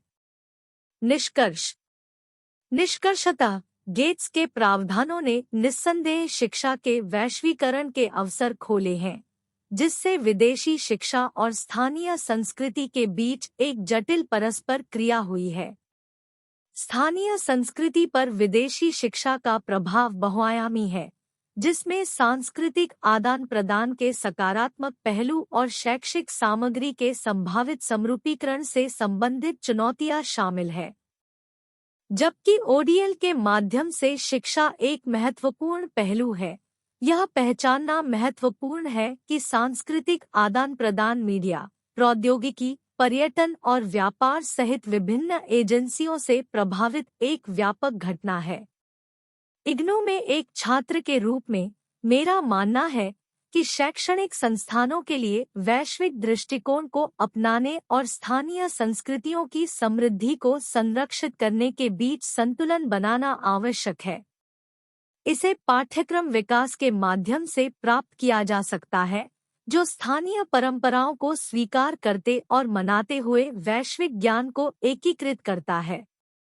अंततः शैक्षिक परिदृश्य के भीतर सांस्कृतिक विविधता को बढ़ावा देना अधिक समावेशी और समृद्ध सीखने के अनुभव में योगदान दे सकता है। 25.7 मुक्त एवं दूरस्थ शिक्षा ओडीएल प्रणालियों में अनुसंधान। उच्च शिक्षा संस्थानों की दो मुख्य भूमिकाएं हैं: ज्ञान फैलाना और नया ज्ञान पैदा करना। पारंपरिक तृतीयक शिक्षा में विश्वविद्यालयों की तरह अनुसंधान प्रक्रिया का एक महत्वपूर्ण हिस्सा है। इसमें मौजूदा ज्ञान का विस्तार करना, सिद्धांतों का परीक्षण करना और विभिन्न क्षेत्रों में समस्याओं का समाधान करना शामिल है। दूरस्थ शिक्षा संस्थानों में न केवल पढ़ाए जाने वाले विषयों में बल्कि दूरस्थ शिक्षा के क्षेत्र में भी शोध आवश्यक है, क्योंकि यह अभी भी एक विकासशील क्षेत्र है। दूरस्थ शिक्षा के अंतर्गत ऐसे विशिष्ट क्षेत्र हैं जिनमें महत्वपूर्ण मुद्दों के समाधान के लिए गहन अध्ययन की आवश्यकता होती है। अब आइए कुछ प्रमुख क्षेत्रों का पता लगाएं जो दूरस्थ शिक्षा में अनुसंधान पर ध्यान देने योग्य है। शिक्षार्थी अनुसंधान को दूरस्थ शिक्षा के छात्रों की सामाजिक, आर्थिक और शैक्षणिक पृष्ठभूमि पर ध्यान केंद्रित करना चाहिए। सीखने की शैली, बाधाएं और प्रेरणा स्तर जैसे कारक आवश्यक विचार हैं। शैक्षिक कार्यक्रमों की गुणवत्ता बढ़ाने के लिए सामग्री के शैक्षणिक पहलुओं और प्रौद्योगिकी के एकीकरण की गहन जांच की आवश्यकता है। मीडिया का उपयोग, मल्टीमीडिया दृष्टिकोण के लिए शैक्षिक कार्यक्रमों में विभिन्न मीडिया प्रकारों के उपयोग और एकीकरण का अध्ययन किया जाना चाहिए। इसके अतिरिक्त यह समझना महत्वपूर्ण है कि शिक्षार्थी मीडिया का उपयोग कैसे करते हैं। लागत प्रभावशीलता, अनुसंधान का लक्ष्य विभिन्न क्षेत्रों में होने वाले खर्चों को समझना, सिस्टम को लागत प्रभावी बनाने के तरीके खोजना और फंड के उपयोग को अनुकूलित करना होना चाहिए। छात्र सहायता सेवाएं न केवल वर्तमान शिक्षार्थियों के लिए बल्कि स्नातकों के लिए भी उनके प्लेसमेंट अवसरों के संबंध में सहायता सेवाओं में सुधार आवश्यक है। उपलब्धि का आकलन, आगे की शिक्षा और प्लेसमेंट परिणामों पर विचार करते हुए स्नातक छात्रों की उपलब्धियों का मूल्यांकन अनुसंधान का एक महत्वपूर्ण पहलू है। कुछ पश्चिमी खुले विश्वविद्यालयों के विपरीत, जहां अनुसंधान एक नियमित गतिविधि है, भारतीय खुले विश्वविद्यालय अभी भी इसे पूरी तरह से अपना नहीं पाए हैं। इसलिए इन संस्थानों के लिए अनुसंधान को प्रोत्साहित करने और विनियमित करने के लिए स्पष्ट नीतियां स्थापित करना महत्वपूर्ण है। दूरस्थ शिक्षा में अनुसंधान अन्य क्षेत्रों की तरह प्रायोगिक अध्ययन, ऐतिहासिक अध्ययन, केस अध्ययन, सर्वेक्षण, कारण सहसंबंध अध्ययन आदि सहित गुणात्मक और मात्रात्मक दोनों तरीकों को शामिल कर सकता है। हालांकि कुछ वर्णनात्मक और अनुभवजन्य अध्ययन आयोजित किए गए हैं, अधिक विकासोन्मुख है। अनुशासन और प्रणाली की प्रगति के लिए अभ्यास की आवश्यकता होती है। रामानुजम 2000 द्वारा उद्धृत कॉल। चूंकि अनुसंधान अनुशासन और प्रणाली दोनों के विकास के लिए महत्वपूर्ण है, इसलिए दूरस्थ शिक्षा संस्थानों को ईमानदारी से अनुसंधान गतिविधियां शुरू करनी चाहिए। चिंतन और क्रिया 25.7 ओडीएल प्रणालियों में सिस्टमाधारित अनुसंधान क्यों महत्वपूर्ण है? शीर्षक, मुक्त और दूरस्थ शिक्षा, ओडीएल प्रणालियों में सिस्टमाधारित अनुसंधान का महत्व। भारत के एक प्रतिष्ठित मुक्त विश्वविद्यालय, इंदिरा गांधी राष्ट्रीय मुक्त विश्वविद्यालय इग्नू में एक छात्र के रूप में मुझे मुक्त और दूरस्थ शिक्षा, ओडीएल प्रणालियों में सिस्टमाधारित अनुसंधान के महत्व की खोज और उस पर विचार करने का काम सौंपा गया है। ओडीएल शिक्षा में एक परिवर्तनकारी शक्ति के रूप में उभरा है, जो पहुंच की बाधाओं को तोड़ रहा है और लचीले सीखने के अवसर प्रदान कर रहा है। हालांकि ओडीएल प्रणालियों की प्रभावकारिता और निरंतर सुधार सुनिश्चित करने के लिए व्यवस्थित अनुसंधान में संलग्न होना अनिवार्य है, जो शैक्षिक ढांचे के विभिन्न घटकों की जांच करता है और उन्हें बढ़ाता है। सिस्टमाधारित अनुसंधान को समझना। ओडीएल के संदर्भ में सिस्टमाधारित अनुसंधान में इसकी संरचनाओं, प्रक्रियाओं, नीतियों और परिणामों को शामिल करते हुए संपूर्ण शैक्षिक प्रणाली की व्यापक जांच शामिल है। विशिष्ट पहलुओं पर ध्यान केंद्रित करने वाले पृथक अध्ययनों के विपरीत सिस्टमाधारित अनुसंधान एक समग्र दृष्टिकोण अपनाता है, जो ओडीएल वातावरण के भीतर विभिन्न तत्वों के अंतर्संबंध को पहचानता है। ओडीएल सिस्टम में जटिलता को संबोधित करना। शिक्षार्थियों की विविधता, विविध शैक्षिक प्रौद्योगिकियों और भौतिक कक्षा सेटिंग की अनुपस्थिति के कारण ओडीएल सिस्टम स्वाभाविक रूप से जटिल है। सिस्टमाधारित अनुसंधान इस जटिलता को सुलझाने और यह समझने में महत्वपूर्ण है कि विभिन्न तत्व कैसे परस्पर क्रिया करते हैं। निर्देशात्मक डिजाइन, शिक्षार्थी सहायता तंत्र, मूल्यांकन विधियों और प्रशासनिक नीतियों के बीच संबंधों की जांच करके शोधकर्ता तालमेल के क्षेत्रों और संभावित चुनौतियों की पहचान कर सकते हैं। शैक्षणिक रणनीतियों को बढ़ाना। प्रभावी शिक्षाशास्त्र सफल ओडीएल प्रणालियों के केंद्र में है। सिस्टमाधारित अनुसंधान दूरस्थ शिक्षार्थियों की विशिष्ट आवश्यकताओं के अनुरूप शैक्षणिक रणनीतियों के मूल्यांकन और सुधार की अनुमति देता है। इसमें सार्थक सीखने के अनुभवों को सुविधाजनक बनाने में मल्टीमीडिया संसाधनों, इंटरैक्टिव प्लेटफॉर्मों और सहयोगी उपकरणों की प्रभावशीलता का विश्लेषण करना शामिल है। इस तरह के शोध के निष्कर्ष निर्देशात्मक डिजाइनों के विकास को सूचित कर सकते हैं, जो ओडीएल छात्रों की विविध सीखने की प्राथमिकताओं के साथ संरेखित होते हैं। सूचना नीति और निर्णय लेना। ओडीएल सिस्टम तकनीकी प्रगति, सामाजिक परिवर्तन और विकसित हो रहे शैक्षिक प्रतिमानों से प्रभावित एक गतिशील वातावरण में काम करते हैं। सिस्टमाधारित अनुसंधान मूल्यवान अंतर्दृष्टि प्रदान करता है, जो ओडीएल को नियंत्रित करने वाली नीतियों के निर्माण और संशोधन की जानकारी दे सकता है।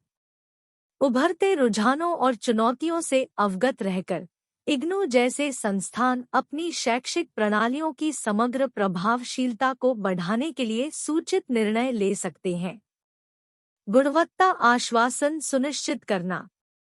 प्रत्यक्ष भौतिक पर्यवेक्षण के अभाव को देखते हुए गुणवत्ता आश्वासन ओडीएल प्रणालियों का एक महत्वपूर्ण पहलू है।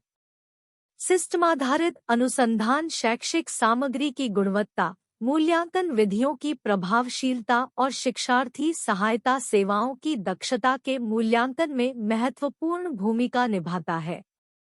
अनुसंधान निष्कर्षों द्वारा निर्देशित निरंतर मूल्यांकन और सुधार ओडीएल में उच्च मानकों के रखरखाव में योगदान देता है, शिक्षार्थियों और हितधारकों के बीच विश्वास और विश्वसनीयता को बढ़ावा देता है। तकनीकी प्रगति को अपनाना। प्रौद्योगिकी ओडीएल में एक प्रेरक शक्ति है, जो सामग्री वितरित करने, बातचीत करने और मूल्यांकन करने के तरीके को आकार देती है। सिस्टमाधारित अनुसंधान इग्नू जैसे संस्थानों को तकनीकी प्रगति में सबसे आगे रहने में मदद करता है।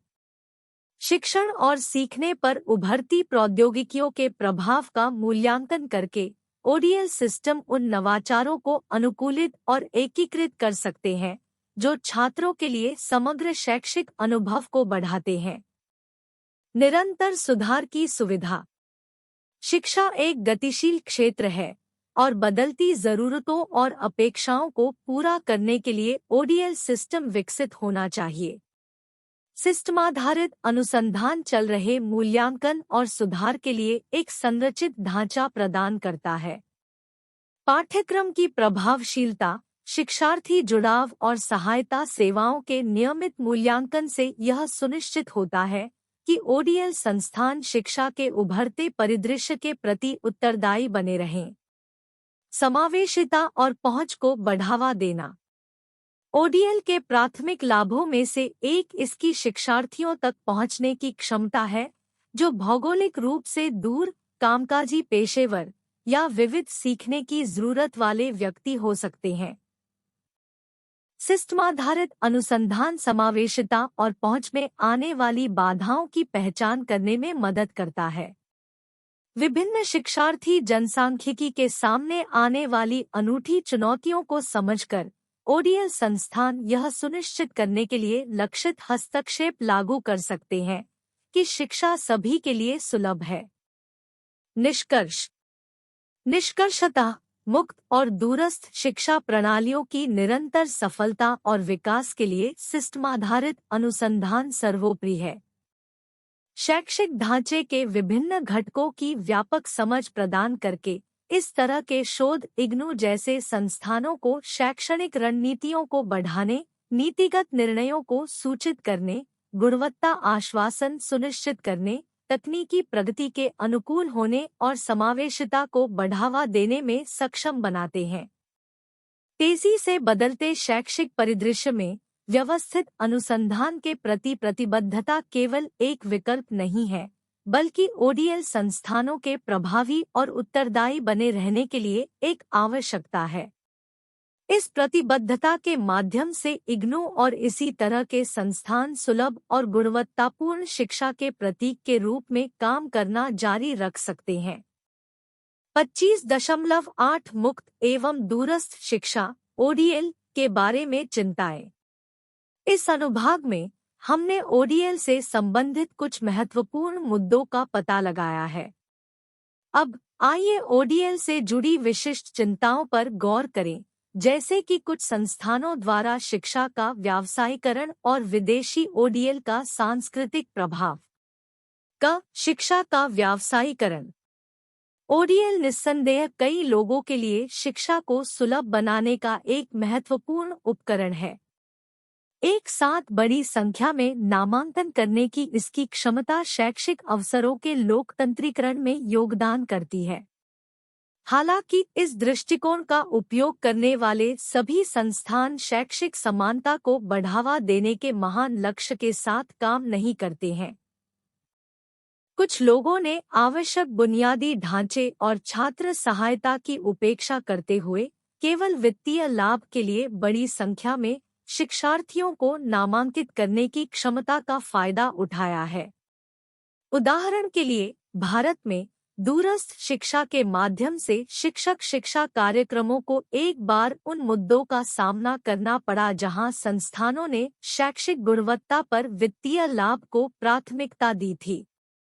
यह तब तक जारी रहा जब तक कि राष्ट्रीय अध्यापक शिक्षा परिषद (एनसीटी) ने हस्तक्षेप नहीं किया और ऐसी प्रथाओं को विनियमित नहीं किया। वैश्विक स्तर पर शिक्षा व्यवसाय का मूल्य खरबों डॉलर होने का अनुमान है, जो बढ़ती संख्या में ओडीएल प्रदाताओं को आकर्षित कर रहा है। दूरस्थ शिक्षा उद्यमों से होने वाला मुनाफा पश्चिमी दुनिया के उद्यमियों को विकासशील देशों की ओर आकर्षित कर रहा है, जहां बड़ी संख्या में छात्र आबादी विदेशी डिग्री की तलाश में है। इससे एक वैश्विक शिक्षा बाजार का उदय हुआ है, जहां दूरस्थ शिक्षा का व्यापार होता है। कुछ लोगों का तर्क है कि किसी भी समय कहीं भी शिक्षा का वादा बहुराष्ट्रीय कंपनियों द्वारा पहले से पैक किए गए भोजन की तरह वितरित किए जाने वाले उत्पाद में तब्दील होता जा रहा है। यह दृष्टिकोण शैक्षिक सेवाओं को वस्तुओं के रूप में मानता है, जो बड़े पैमाने पर उत्पादन तकनीकों के माध्यम से निर्मित होती है, जिसमें छात्र, ग्राहक और शिक्षक श्रमिक होते हैं। नतीजतन चिंताएं पैदा होती हैं कि कुछ ओडीएल संस्थानों के लिए परोपकारिता पर लाभ कमाने को प्राथमिकता दी जाती है। ग्रेविले 2000 के अनुसार ओडीएल संस्थान व्यावसायिक पहलुओं पर अधिक और छात्र सहायता पर कम ध्यान केंद्रित करते हैं, जो उच्च ड्रॉपआउट दर में योगदान करते हैं। सेवाओं में व्यापार पर सामान्य समझौते (GATS) की बदौलत कई दूरस्थ शिक्षा संस्थान अब वैश्विक स्तर पर शैक्षिक सेवाएं प्रदान कर रहे हैं। हालांकि चिंता है कि यह दृष्टिकोण विकासशील देशों को उनके सीमित बुनियादी ढांचे और आर्थिक विकास के कारण नुकसान पहुंचा सकता है। शैक्षिक सेवाओं पर वैश्विक समझौते इन देशों के पक्ष में नहीं हो सकते हैं, जिसके परिणामस्वरूप तकनीकी रूप से उन्नत देश विकासशील दुनिया में शैक्षिक परिदृश्य पर हावी हो जाएंगे। इसे संबोधित करने के लिए मुक्त और दूरस्थ शिक्षा (ODL) संस्थानों के संचालन को विनियमित करना महत्वपूर्ण है, ताकि उन्हें केवल व्यावसायिक उद्देश्यों से संचालित होने से रोका जा सके। भारत में दूरस्थ शिक्षा परिषद (DEC), विश्वविद्यालय अनुदान आयोग (UGC), राष्ट्रीय अध्यापक शिक्षा परिषद (NCTE) और अन्य पेशेवर परिषदें जैसे निकाय मुनाफाखोरी और व्यावसायीकरण को रोकने के लिए दूरस्थ शिक्षा संस्थानों की निगरानी कर रहे हैं। ODL का सांस्कृतिक प्रभाव। ओडीएल के सांस्कृतिक प्रभाव, वैश्वीकरण और जीएटीएस जैसे समझौतों से पता चलता है कि ओडीएल सहित शैक्षिक सेवाएं सीमाओं के पार बढ़ती रहेंगी। हालांकि चिंता है कि इससे धनी पश्चिमी देशों से विकासशील देशों में शिक्षा का एकतरफा प्रवाह हो सकता है। इसका परिणाम सांस्कृतिक आधिपत्य हो सकता है, जहां पश्चिमी संस्कृति विकासशील दुनिया पर हावी हो जाती है, जो साम्राज्यवाद या नवोपनिवेशवाद के एक नए रूप से मिलती जुलती है। यदि विभिन्न राष्ट्रों के बीच शैक्षिक सेवाओं का आदान प्रदान किया जाता है, तो सांस्कृतिक एकरूपता का जोखिम होता है, जिससे संभावित रूप से विभिन्न संस्कृतियों की समृद्धि और विशिष्टता मिट जाती है। इसके अलावा ऐसी आशंका है कि विदेशी नागरिकों द्वारा डिजाइन किया गया पाठ्यक्रम स्थानीय लोगों के लोकाचार, मूल्यों, परंपराओं और आकांक्षाओं के अनुरूप नहीं हो सकता है। यह शैक्षिक परिदृश्य में सांस्कृतिक पहचान और विविधता के संभावित नुकसान के बारे में चिंता पैदा करता है। मुक्त और दूरस्थ शिक्षा ओडीएल के सांस्कृतिक प्रभाव के बारे में चिंताएं मुख्य रूप से अन्य देशों से आने वाले ओडीएल कार्यक्रमों पर केंद्रित है। हालांकि क्योंकि ओडीएल कई लाभ प्रदान करता है, जैसे कि शिक्षार्थियों को विश्व स्तर पर कहीं से भी शीर्ष पायदान की शैक्षिक सेवाओं तक पहुंच प्रदान करना, और यह देखते हुए कि वैश्वीकरण और विदेशी ओडीएल अपरिहार्य है, एक व्यावहारिक परिप्रेक्ष्य आवश्यक है। ओडीएल सेवाओं को राष्ट्रीय पहलों को कमजोर नहीं करना चाहिए और उनकी मान्यता, प्रवेश और संचालन को विदेशी शिक्षा प्रदाताओं के लिए सरकार द्वारा निर्धारित नियमों का पालन करना चाहिए। यदि आवश्यक हो तो स्थानीय आवश्यकताओं को पूरा करने के लिए पाठ्यक्रम को समायोजित किया जा सकता है। यह सुनिश्चित करना महत्वपूर्ण है कि पाठ्यक्रम स्थानीय संस्कृति को पर्याप्त रूप से संबोधित और सम्मान करता है, इसे उचित रूप से संरक्षित और प्रसारित करता है। चिंतन और क्रिया 25.8 ओडीएल सांस्कृतिक आधिपत्य कैसे ला सकता है? क्या आपको लगता है कि शिक्षा के व्यावसायीकरण के लिए ओडीएल का दुरुपयोग किया जा सकता है? क्यों? शीर्षक मुक्त एवं दूरस्थ शिक्षा ओडीएल संभावित खतरों से निपटना। मुक्त और दूरस्थ शिक्षा ओडीएल शिक्षा के क्षेत्र में एक परिवर्तनकारी शक्ति के रूप में उभरी है, जो पारंपरिक बाधाओं को तोड़ रही है और विभिन्न प्रकार के व्यक्तियों के लिए सीखने के अवसरों तक पहुंच प्रदान कर रही है। हालांकि किसी भी शैक्षणिक प्रणाली की तरह ओडीएल संभावित नुकसानों से प्रतिरक्षित नहीं है। जिन चिंताओं पर सावधानीपूर्वक विचार किया जाना चाहिए, उनमें से एक सांस्कृतिक आधिपत्य में ओडीएल के योगदान की संभावना है। इसके अतिरिक्त शिक्षा के व्यावसायीकरण के लिए ओडीएल के संभावित दुरुपयोग के बारे में भी सवाल उठता है।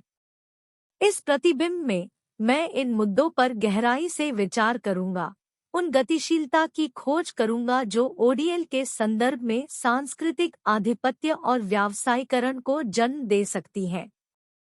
सांस्कृतिक आधिपत्य से तात्पर्य एक संस्कृति का दूसरों पर प्रभुत्व या नियंत्रण से है, जो समाज की मान्यताओं, मूल्यों और मानदंडों को आकार देता है। ओडीएल अपनी वैश्विक पहुंच और पहुंच के साथ अनजाने में सांस्कृतिक आधिपत्य में योगदान करने की क्षमता रखता है। जब किसी विशेष शैक्षिक प्रणाली या सामग्री को ओडीएल के माध्यम से व्यापक रूप से प्रसारित किया जाता है, तो यह बड़े पैमाने पर शिक्षार्थियों के दृष्टिकोण और विचारधारा को प्रभावित कर सकता है। जोखिम विभिन्न संस्कृतियों के संभावित समरूपीकरण में निहित है, क्योंकि ओडीएल अक्सर मानकीकृत पाठ्यक्रम और शिक्षण विधियों पर निर्भर करता है, जो विभिन्न क्षेत्रों की सांस्कृतिक बारीकियों के लिए पर्याप्त रूप से जिम्मेदार नहीं हो सकते हैं। ओडीएल में सांस्कृतिक आधिपत्य प्रकट होने का एक तरीका पाठ्यक्रम सामग्री और शिक्षण सामग्री में पश्चिमी केंद्रित दृष्टिकोण का प्रभुत्व है। कई ओडीएल कार्यक्रम पश्चिमी देशों में विकसित किए गए हैं, और उनकी सामग्री उन समाजों में निहित सांस्कृतिक पूर्वाग्रहों को प्रतिबिंबित कर सकती है। इससे इतिहास, साहित्य और अन्य विषयों का विषम प्रतिनिधित्व हो सकता है, जिससे वैश्विक स्तर पर पश्चिमी विचारधाराओं का प्रभुत्व मजबूत हो सकता है। परिणामस्वरूप शिक्षार्थियों को सीमित दृष्टिकोणों से अवगत कराया जा सकता है, जो वास्तव में वैश्विक और समावेशी शैक्षिक अनुभव के विकास में बाधा बन सकता है। इसके अलावा ओडीएल कार्यक्रमों में शिक्षा की भाषा सांस्कृतिक आधिपत्य में योगदान कर सकती है। अंग्रेजी अक्सर कई ओडीएल पाठ्यक्रमों में शिक्षा की प्राथमिक भाषा गैर अंग्रेजी बोलने वालों के लिए बाधा उत्पन्न कर सकती है, संभावित रूप से गैर अंग्रेजी भाषी पृष्ठभूमि के शिक्षार्थियों को हाशिए पर धकेल सकती है। यह भाषाई पूर्वाग्रह विविध संस्कृतियों के अनजाने बहिष्कार का कारण बन सकता है और ज्ञान के समान प्रसार में बाधा उत्पन्न कर सकता है। दूसरी ओर, शिक्षा के व्यावसायीकरण के लिए ओडीएल का संभावित दुरुपयोग एक चिंता का विषय है, जो शैक्षिक सेवाओं के बढ़ते वस्तुकरण से उत्पन्न होता है। ओडीएल अपने लचीलेपन और मापनीयता के साथ लाभ संचालित शैक्षिक उद्यमों के लिए एक आकर्षक अवसर बन गया है। डिजिटल प्लेटफॉर्म के माध्यम से विशाल दर्शकों तक पहुंचने में आसानी से संस्थानों को शिक्षा की मांग का लाभ उठाने और इसे एक विपणन योग्य उत्पाद में बदलने की अनुमति मिलती है। व्यावसायीकरण के लिए ओडीएल का दुरुपयोग करने का एक तरीका लाभ के लिए ऑनलाइन शिक्षा प्रदाताओं का प्रसार है, जो शैक्षिक गुणवत्ता पर वित्तीय लाभ को प्राथमिकता देते हैं। ये संस्थाएं शैक्षणिक कार्यक्रमों की अखंडता से समझौता कर सकती हैं, एक मजबूत और सार्थक शिक्षण अनुभव प्रदान करने की तुलना में नामांकन संख्या और राजस्व सृजन पर अधिक ध्यान केंद्रित कर सकती हैं। वित्तीय स्थिरता के लिए छात्रों को आकर्षित करने और बनाए रखने के दबाव से शैक्षणिक मानकों का कमजोर होना और साख का अवमूल्यन हो सकता है, जिससे अंततः ओडीएल की विश्वसनीयता कम हो सकती है। इसके अतिरिक्त ओडीएल के व्यावसायीकरण के परिणामस्वरूप सामाजिक या सांस्कृतिक रूप से प्रासंगिक पाठ्यक्रमों की तुलना में लोकप्रिय और विपणन योग्य पाठ्यक्रमों को प्राथमिकता दी जा सकती है। ऐसे पाठ्यक्रम जो मौजूदा उद्योग रुझानों के अनुरूप है और बड़े पैमाने पर अपील करते हैं, उन पर अधिक ध्यान और संसाधन प्राप्त हो सकते हैं, जो सांस्कृतिक विरासत के संरक्षण या सामाजिक विज्ञान की उन्नति के लिए महत्वपूर्ण विषयों को हाशिए पर रख सकते हैं। इस प्रकार ओडीएल का व्यावसायीकरण व्यापक सामाजिक और सांस्कृतिक आयामों की उपेक्षा करते हुए शिक्षा के प्रति एक संकीर्ण और उपयोगितावादी दृष्टिकोण में योगदान कर सकता है। निष्कर्ष में, जबकि ओडीएल में शिक्षा को लोकतांत्रिक बनाने और सीखने के अवसरों तक पहुंच बढ़ाने की अपार संभावनाएं हैं, सांस्कृतिक आधिपत्य और व्यावसायीकरण पर इसके प्रभाव की गंभीरता से जांच करना आवश्यक है। किसी विशेष संस्कृति का अनजाने में प्रचार या लाभ संचालित उद्देश्यों के लिए ओडीएल का दुरुपयोग न्यायसंगत और गुणवत्तापूर्ण शिक्षा के बुनियादी सिद्धांतों से समझौता कर सकता है। भारत में एक मुक्त विश्वविद्यालय इग्नू के एक छात्र के रूप में इन मुद्दों पर चल रहे संवाद और चिंतन में शामिल होना, समावेशी, सांस्कृतिक रूप से संवेदनशील और सीखने के वास्तविक सार को बनाए रखने वाली शैक्षिक प्रथाओं की वकालत करना अनिवार्य है। 25.9 निष्कर्ष। आधुनिक विश्व में सभी के लिए शिक्षा। आज की दुनिया में शिक्षा समग्र प्रगति में महत्वपूर्ण भूमिका निभाती है। हमारी वैश्वीकृत अर्थव्यवस्था में केवल ज्ञान पर निर्मित समाज ही फल फूल सकते हैं। इसलिए यह सुनिश्चित करना महत्वपूर्ण है कि शिक्षा सभी के लिए सुलभ हो। पारंपरिक शिक्षा प्रणाली अपनी अंतर्निहित अनम्यता और सीमाओं के कारण सभी तक नहीं पहुंच सकती है। इसलिए भौगोलिक अलगाव और सामाजिक मुद्दों जैसी बाधाओं को दूर करने के लिए open and distance learning (ODL) आवश्यक समाधान बन जाता है। ओडीएल को अपने लक्ष्यों को सफलतापूर्वक प्राप्त करने के लिए कुछ महत्वपूर्ण मुद्दे हैं जिन पर हमारा ध्यान चाहिए। इन मुद्दों को पर्याप्त रूप से संबोधित करना ओडीएल प्रणाली की सफलता की कुंजी है। चर्चा किए गए मुद्दों में ओडीएल के माध्यम से इक्विटी और शैक्षिक अवसरों तक पहुंच सुनिश्चित करना, ओडीएल में लागत प्रभावशीलता बनाए रखना, ओडीएल संस्थानों के समग्र कामकाज को बढ़ाने के लिए प्रौद्योगिकी को एकीकृत करना, सामग्री और मानव संसाधनों को साझा करने के लिए नेटवर्किंग और सहयोग को बढ़ावा देना, दूरस्थ शिक्षा में गुणवत्ता संबंधी चिंताओं को संबोधित करना शामिल है। ओडीएल में अनुसंधान को बढ़ावा देना और ओडीएल के प्रभाव के बारे में चिंताओं को संबोधित करना। इनमें से प्रत्येक पहलू सभी को शिक्षा प्रदान करने में ओडीएल के प्रभावी कार्यान्वयन और सफलता के लिए महत्वपूर्ण है।